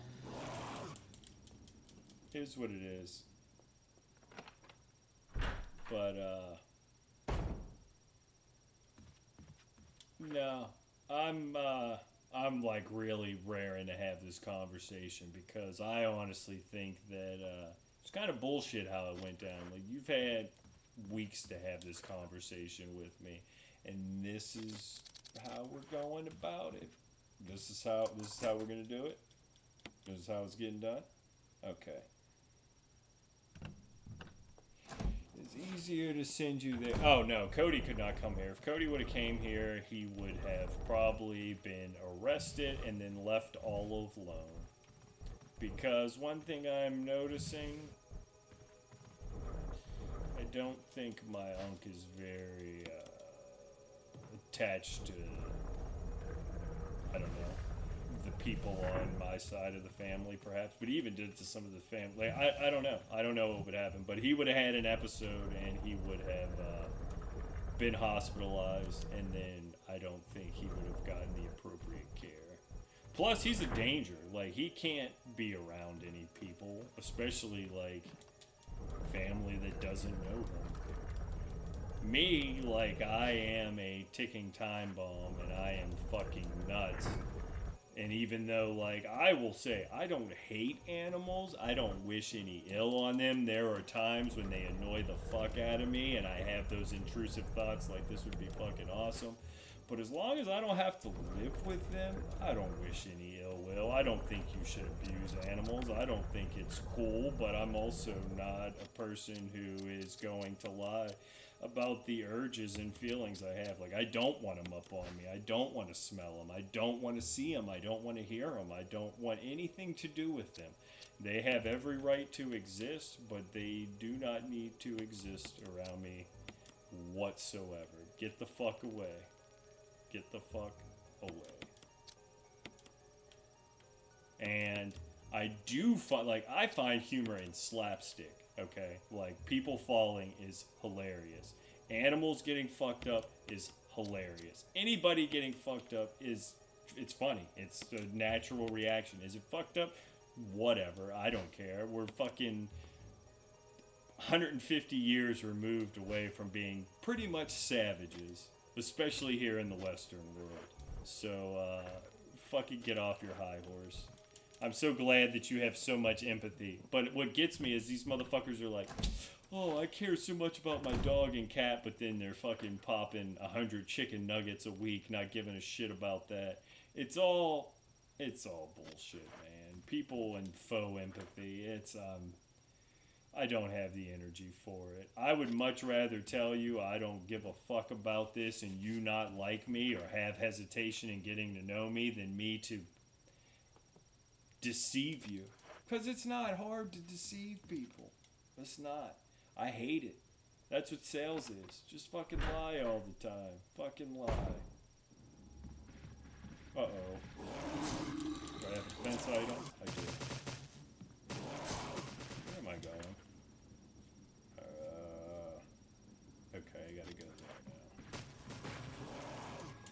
But yeah, it's,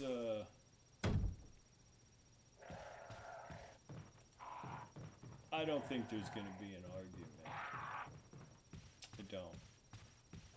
I am gonna say what I need to say, though. And I'm also not going to make them drive me all the way fucking back to Pittsburgh. Not under these circumstances, because honestly, I have nowhere to go in Pittsburgh. Absolutely nowhere to go. There are people that would offer me a place to stay, but once again, I'd be in, like, I just feel kept. And I'm always gonna have to be kept. And I don't want to be kept anymore. I really don't. Like, if I'm in a situation where I'm helping, and I have a healthy mind space, which this did not provide. It's like, oh yeah, see, I think they were like, oh, if we give him all these things, he'll be happy and he'll be willing to be a normal member of society. But hate to tell you this, that's not how it works. That's not how any of this works. Save your money and save your fucking deceit for somebody else, alright? I'm not gonna fill the role of whatever you want me to fill. When you go back and watch, just know, like, it's fucked up. I'm sorry. Like, it's like, there's a level of enabling, but not, I don't know. But just the way the conversation started, like, they also, like, they don't understand me at all. Like, they look at streaming, like, what's streaming? I'm like, I explain it to you. It's like a podcast. It's like this. They're like, oh, okay.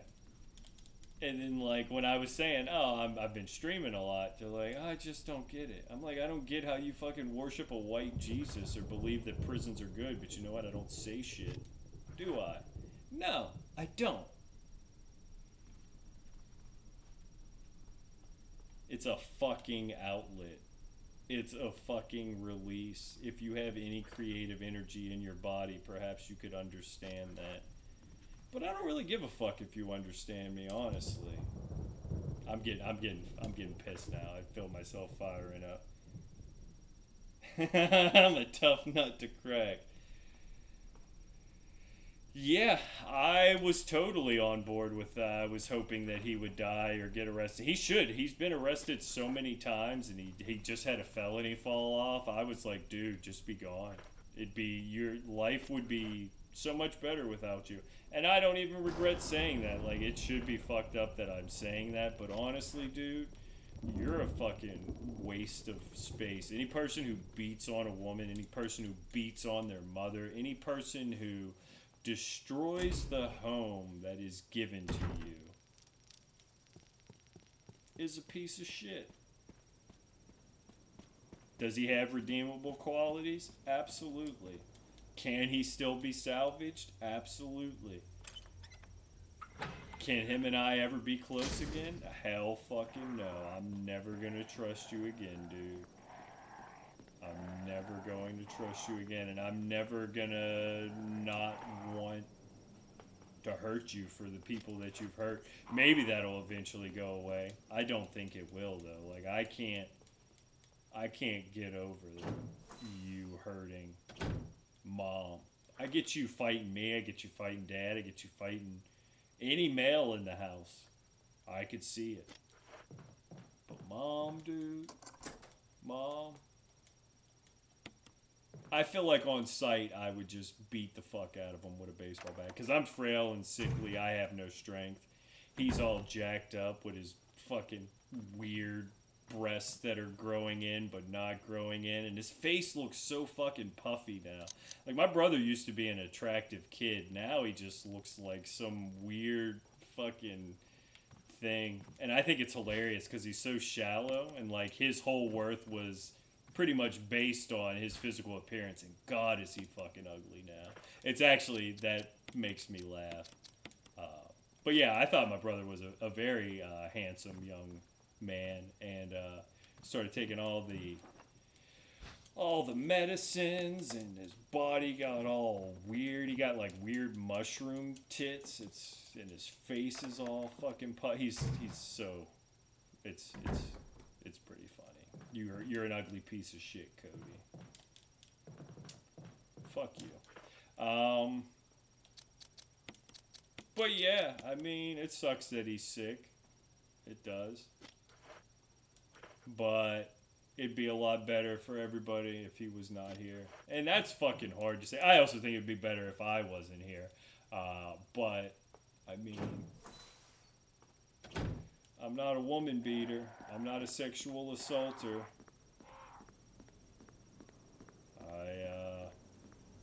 I have respect for people, especially people who provide for me. Like right now. I respect the hell out of the people whose roof I'm living under, even though I'm so angry, especially since I feel like I was lied to and ambushed. But like, they didn't have to bring me out here. They didn't have to do any of this shit. I could have stayed fucking couch surfing. Could have 302'd myself out in Pittsburgh.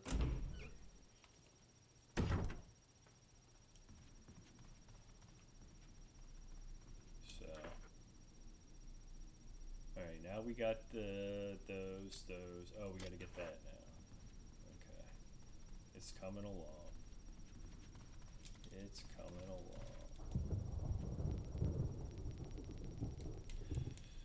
along.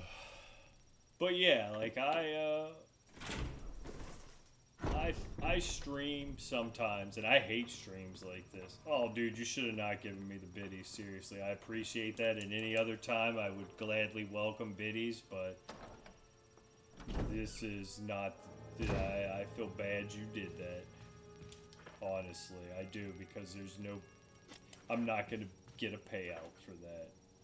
But thank you. I will take that as laugh currency. It was a laugh I gave you that I was never paid for, and for that I appreciate it. Never look a gift bit in the mouth. Never look a gift tit in the mouth. That's all the bits you have. You have to suck 172 centimeters of my dick for those bits. But yeah, I'm definitely getting spicy now. My arm's falling asleep. I don't know why my arm's falling asleep. So yeah, I'm curious to see. Because, like, honestly, I have no idea what the reaction's gonna be. I don't. But, I know I'm done biting my fucking tongue. I know I'm done doing that. I know I'm done walking around on fucking eggshells.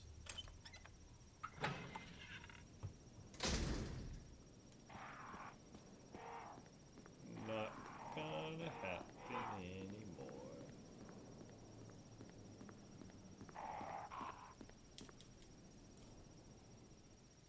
I also think,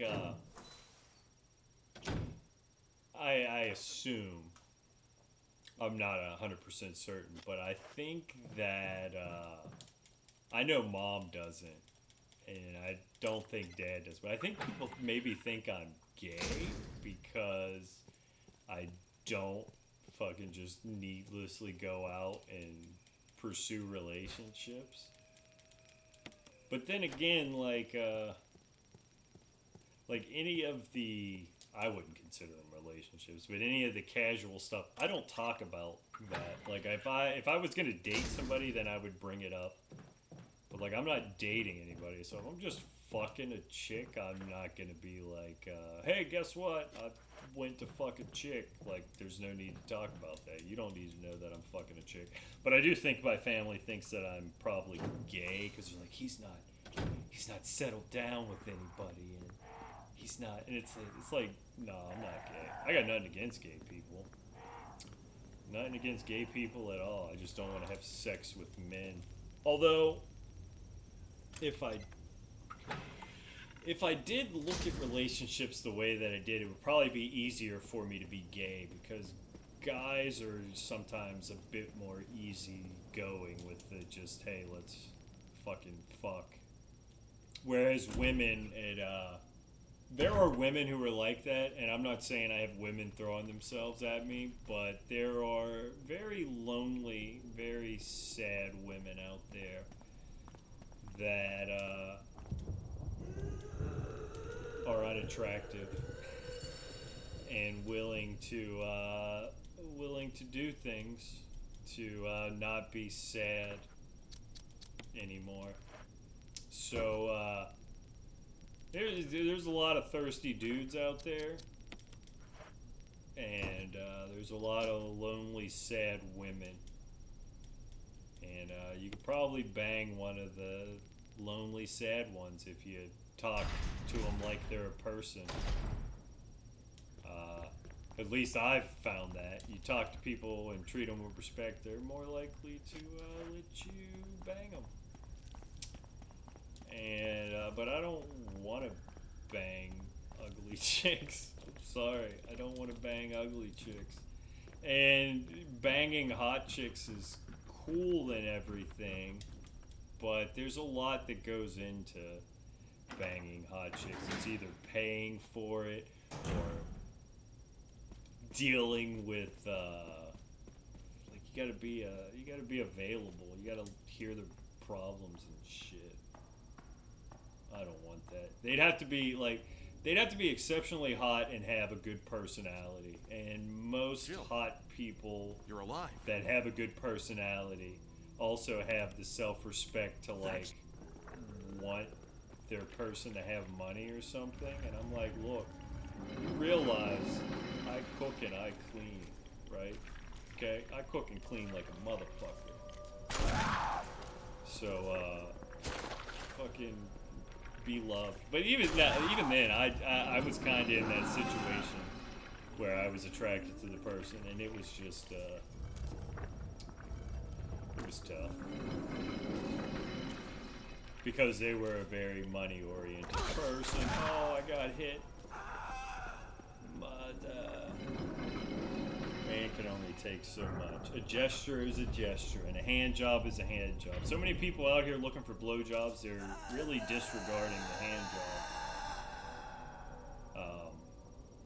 Think, when you were growing up, before you had sex, a hand job would have been amazing.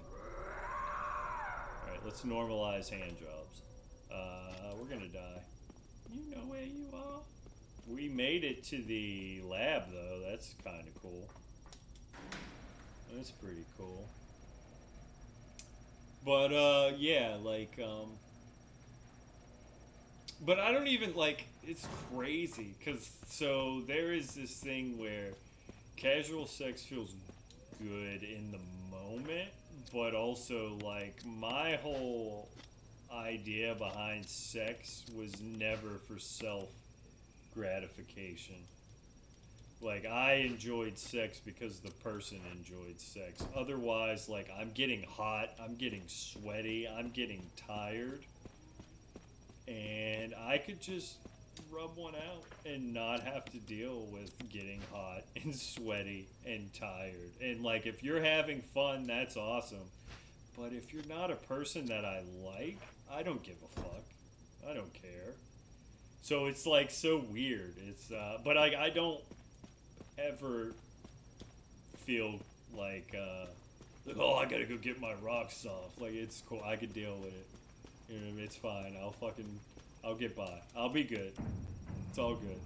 Pussy does feel amazing, but it's also, there's a lot that comes with getting pussy that is just not worth it.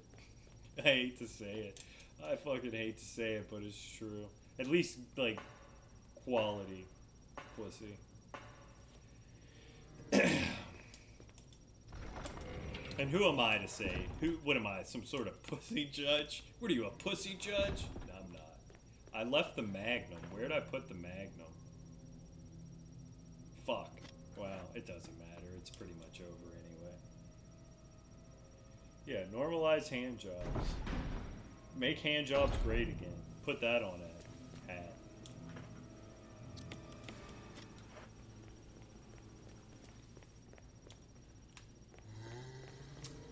But yeah, man, I feel like I keep it real. And that's one thing that is appealing about Casualty. He keeps it real, he's genuine, he's not going to tell you a lie. I'm not going to ever try and say something that hurts people's feelings. But if I unintentionally hurt your feeling with my viewpoints or whatnot, sucks to be you. Sucks to be you. I really hope crew didn't stay up so late chilling just to make me feel better. It was a good time though, but that motherfucker's gonna be sweating his ass off today. I did not want to keep him up. I know what I'm gonna do. Watch this. I got an idea. It's not a good idea, because honestly I'm going through ammo like Jerry Seinfeld goes through underage girls. I had somebody fucking, I made a comment and it got a few likes. It was talking about how Jerry Seinfeld likes underage girls.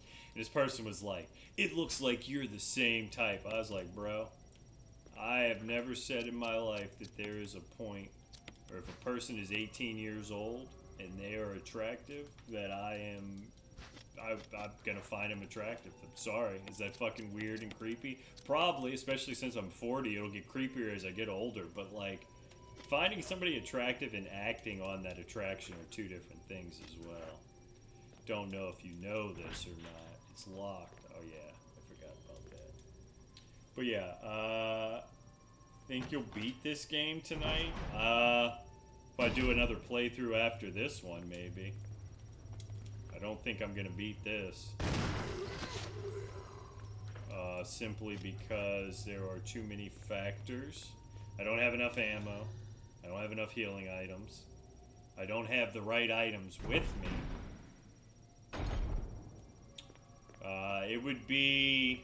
Well, actually, I mean, there's a slim chance. There is a slim chance, but it's very, very slim. And I would have to play conservative with the ammo that I have. But I'm going to try everything in my power to make it happen.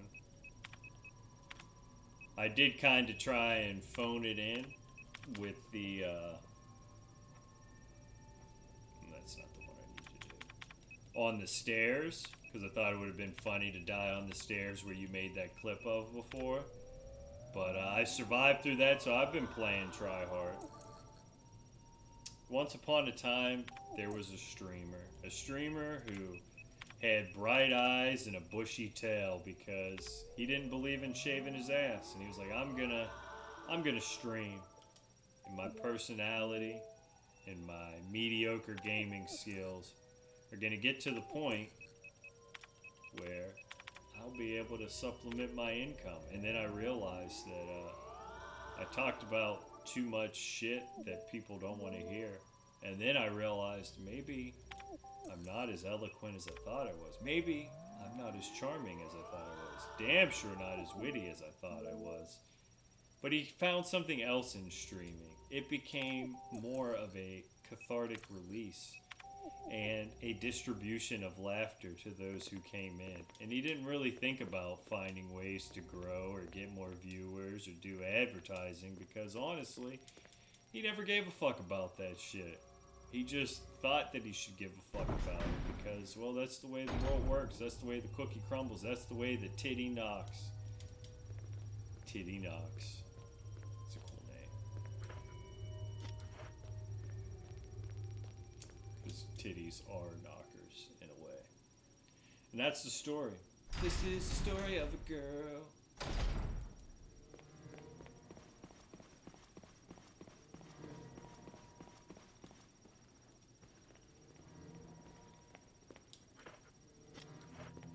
11 shots, 4 in the shotgun, 7 in the pistol. I don't go nowhere without my pistol. This pistol.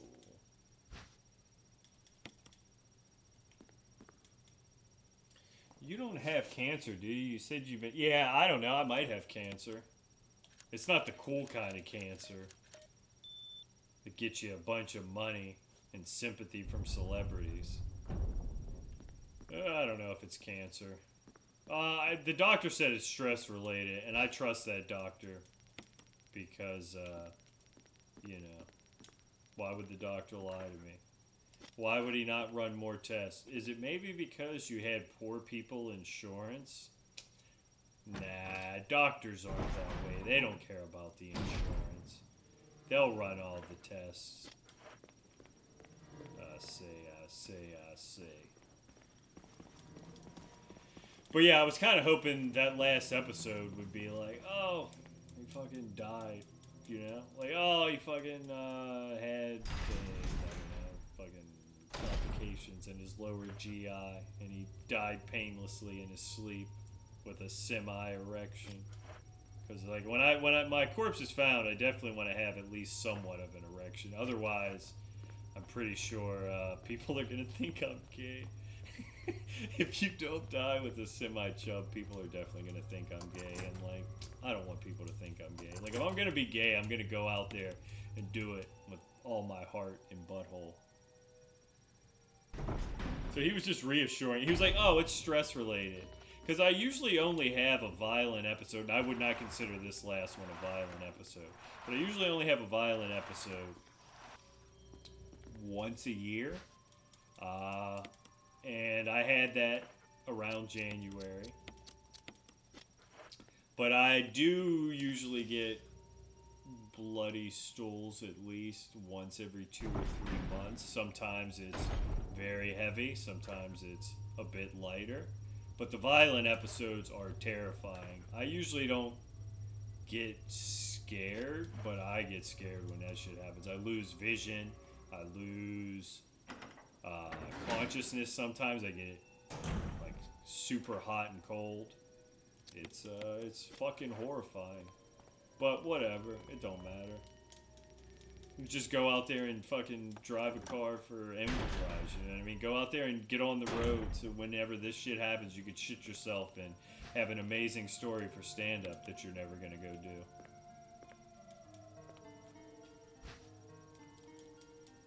I don't know why I'm picking this shit up. I can't go back. The incendiary rounds would have been helpful. I'm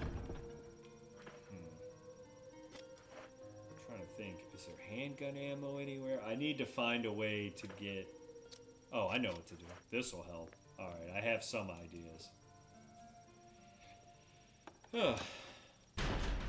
We all knew he was gay. I'd say put that on my tombstone, but I'm going to be very disappointed if people buy me a tombstone.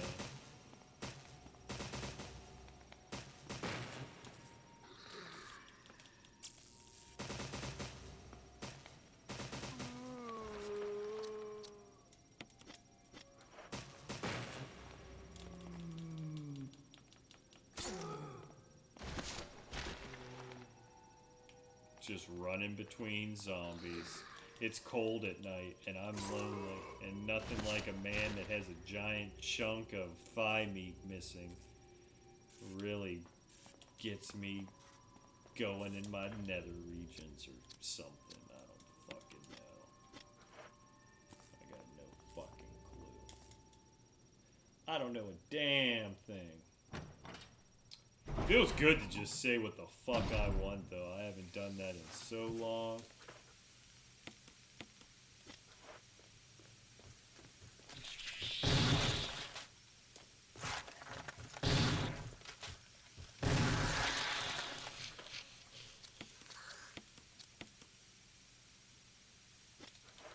I don't care if they do at this point. They're sleeping right now.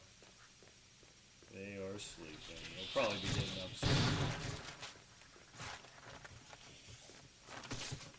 Yeah, grab me, grab me, grab me. Oh, he's gone. Why don't you grab me like you used to? 'Cause you're fat, bitch. That's fucked up, but also kind of funny. You know what though? I'll say this. When I was younger, I was never attracted to bigger chicks. I'm not saying I'm attracted to them now, but I can see through it. Not to like want to do stuff or anything, but I'm like, you're trying. You're trying. You got a personality, you know. And I'm not talking like I'm talking like. Well, no, I guess there is a cutoff, but who cares? Who cares, man? Physical attraction is so weird and stupid and bestial. It all goes back to the fucking cave brain thing. And you try and avoid cave brain thinking. Well, I'm in Illinois, so it's only 6 a.m. right now. It's only 6 a.m. I haven't been up at 6 a.m. the entire time, at least since April. The last time I was up at 6 a.m. is when I was waking up at 6 a.m. and that's fucking horrible. What am I, a farmer? Am I a fucking farmer? You farm these nuts, motherfucker. But yeah, and I don't think people like if it's stress related, what's ever wrong with me? And I don't want to be on disability. I don't want to fucking get money from anybody, the government, any fucking shit. But like whatever's going on in my gut, it pops up randomly. So like, I could just be out driving and it happened, and like, all right, cool, whatever. You fucking carry some Depends, or you I don't know, fucking carry a spare pair of pants. In fact, there was a point, I'm dead serious, I was going to do this for stand-up comedy. I'm not going to fucking do it for some meaningless goddamn enterprise job. I'm sorry, I don't give a fuck how invested you are in that shit. I give zero fucks about driving cars around for $1 billion company. And fucking take that shit and put it in your corncob pipe and smoke it. But yeah, I had a bag. I was like, I'm gonna take a spare set of pants and some Clorox wipes, even though you should not wipe your ass with Clorox wipes. But I was like, I have to go out, and if I'm gonna get sick, I'm gonna have to have a change of clothes. I'm gonna have to be able to clean myself. But I never did go do stand-up comedy. I don't think I'm really built for stand-up. I love it. I'd like to write for stand-up. But I don't think that I would be capable of doing the work I would need to do to get better at it. Okay, I gotta go get this. But whatever, you know. It's cool. I've learned a lot about myself over these last 3 months.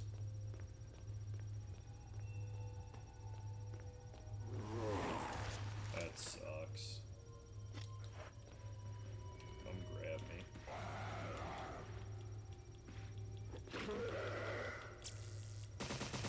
Gotta try and put him down, maybe.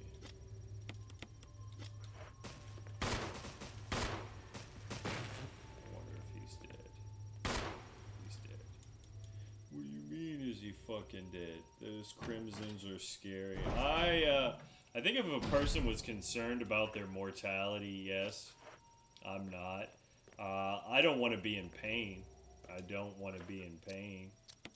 That's the only thing I care about. I don't want to lose my vision. I don't want to lose any of my mental faculties. But like, I think the funny thing is if like I have cancer or something, people will be like, oh, I get why he killed himself. But like me being perpetually calling to the void and unhappy and not fitting in, that's not enough for people. It's so fucking funny. It cracks me. It seriously does crack me up. Like people will be like, "Oh, he's physically sick," and they'll still be like, "Well, you shouldn't kill yourself. You should just tough it out so that we could watch you waste away." Like so many people only view things through their own lens. That's why, like, I'm not saying anybody who has mental illness should give in to their suicidal thoughts. But I also think it's absurd to think that every case of suicide is preventable or like, oh, it's such a tragedy. Like, sometimes living is a tragedy, motherfuckers. You guys know this. Everybody knows life is hard. And like, it's like, oh, just hang on to that next moment. It might be 12 years before you feel any joy, but think about grinding away for the next 11 years and 11 months, holding on to that. It's like, dude, you're a fucking. That is like toxic optimism. I hate to say it. Toptimism. Oh, he is a gay. He's into topping. I would be a top, wouldn't I? Damn sure don't want to be a bottom. A lot of people think they're obligated to do everything to save people who are suicidal, but it's like a kid. Yeah, yeah, and like I hate to like be the bearer of bad news, but like if a person's suicidal, okay, either A, if like a person is suicidal and then you say something like, well, you have a purpose to be here, like, you know what, all right, I feel better now, I'm not going to commit suicide. That person's probably just saying it for attention. I don't fucking want your attention. I don't give a fuck. I don't want your sympathy. I don't want your alls. I want to just be done. So, like, I'm not talking about it like, oh, I want everybody to come out and say goodbye and get me a birthday cake and say that it's gonna be alright. I appreciate it. Took me a long time to accept people's compliments and to accept kind words, and I do now. And I appreciate that people want me around. I know that I'm a pretty awesome person if you don't have to bear the financial responsibility. Or even just like my little quirks and shit, like living with pets, or talking to pets like they're people, or talking about religion. Like, I don't have to talk about that stuff, but when it's something that is constantly being discussed, and I just have to sit there and be like, I can't say anything because people are going to get upset with what I say, even though the things that you are saying is complete lunacy and absurd to me. I'm not going to say anything because at the end of the day, I'm gonna fucking say it. We're gonna drop an N-bomb. I'm a house nigga. I'm a house nigga. I fucking get in the house. I will help you out around there. I am a kept person. That's a joke between Mom and I. I hope she laughs when she sees this. I feel like she'll probably watch this. Yeah, Team House nigga. We'll always be together, Mom. We'll always fucking have that shit. We're always gonna be the ones that are looked at as lesser and not as good as because we don't have the green, or we don't have the ambition to go out and talk to the people in the world. And I don't give a fuck. I don't even like using that word though, honestly, but I feel like that's the one N-bomb we're gonna drop on stream. I think we said it 3 times. Yeah, we going all in, baby doll. We going all in. So, yeah. Jill. But most people don't have to deal with that. Most people don't have to front the bill to have me around. So they just get the fun stuff. And I'm not always fun. Sometimes I'm quiet. Sometimes I'm too pensive. But when I'm not, let me tell you, it's pretty fucking funny. I probably should. It's over. I don't know how I'm gonna do this, but we're gonna try and make it work any way we can. I wish I had a knife at least. I didn't even bring a rice. Drop the N-bomb to say what you want. Yeah, you know, I feel like I throw the retard word around a lot, and I don't even really care about that. I think. Well, you know my take on that. You know my take on that. People just overly sensitive. But, oh man, I don't like the N-word. But that is what I am. I would, I'm a person who has, like, I like to, I don't like to cook, but I want to contribute to whatever household I'm in, and those are the things I can do.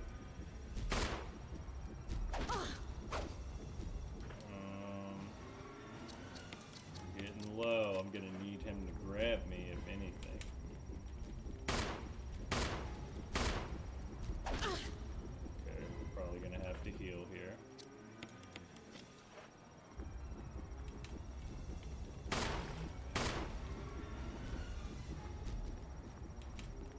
Give me your gun, Barry. Yo, we beat him, but now we have to fight the second tyrant, which is gonna be harder.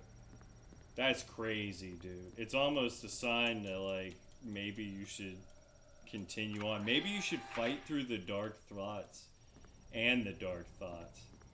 And there's always a silver lining. There's always something to get up for, whether it's Barry! Barry! Pepsi Max or scratching a dog's belly. You're okay. Gotta believe. Sorry. Believe it. Alright guys, you know what this means? If we get through this stream, we're not gonna kill ourselves. If we beat this game, I can't kill myself. That's right, that's the challenge, people. Oh, dude. No, I'm gonna do it. I'm still gonna do it. But it'd be cool to, let's end on a high. Let's end on a real survival run. Although the invisible enemies no saves that we've been putting out has been pretty spectacular. It's been pretty awesome. Being rusty and cold and still getting it done. Rusty and cold.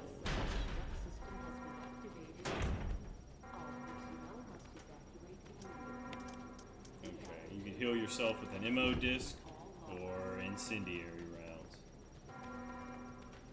Part of me says just take the incendiary rounds, because maybe the grenade launcher's in there. That's right. That'd be cool. Like, fucking hook up something that, like, when it says game over, it just boom, flips the switch.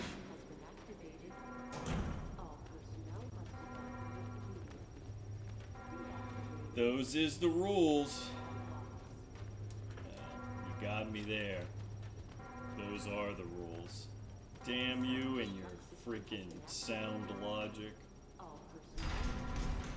But yeah, I mean, the shit that's going on in my gut could very well kill me in like a month anyway. So like, what's a month? Huh? 30 days? 30 days in the hole. Yeah. It's trivial. Pursuit. A yellow gemstone. You know, we're just gonna take all the items so that when we die, we'll be like, look at these cool things that you could find on my corpse. In this semi-chub. Hurry! Hurry! Let me I should have let him die, because if I would have let him die, then we would have already beaten the game. I don't know. I don't know how bad it is. I don't know how bad it is. But you know what? It could always be worse. I could be a person who talks to their pets like it's a person. And that's worse than crap and blood, that's for sure. No, I don't know how many. They didn't run any tests. I don't know how many days I got.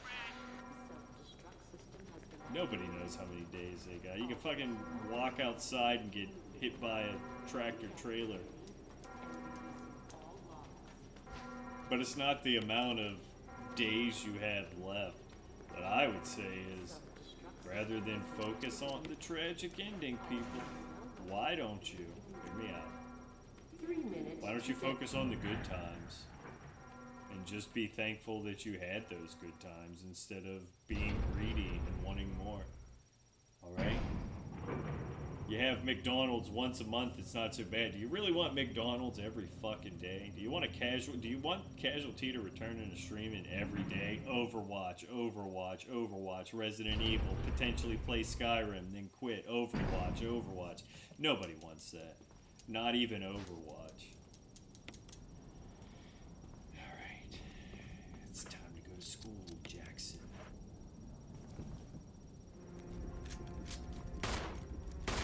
Trying to keep him alive as long as I can, because he ain't gonna make it. That's it, people. That's it.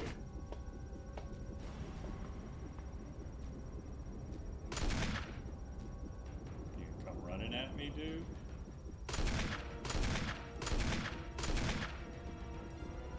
Fuck him up.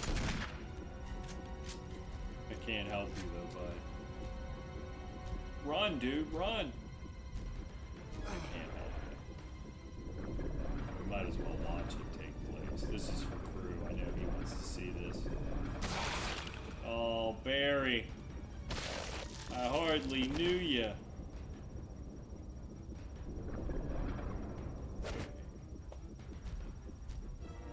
come running at me? Oh, that was bad. I thought I set that up correctly. You thought wrong.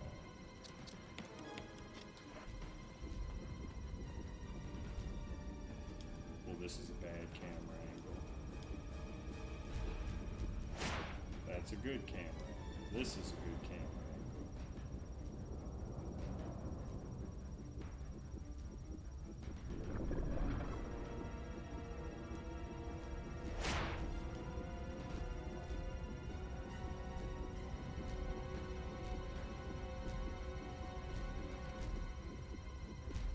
Ooh.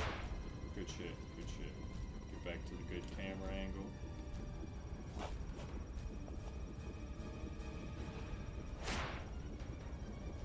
Ooh.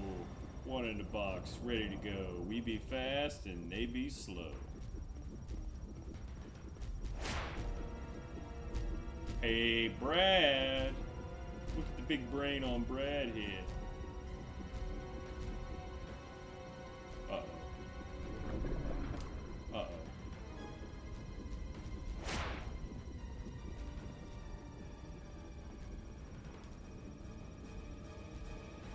Yo, drop that shit. Drop. Yo, camera, stop fucking me.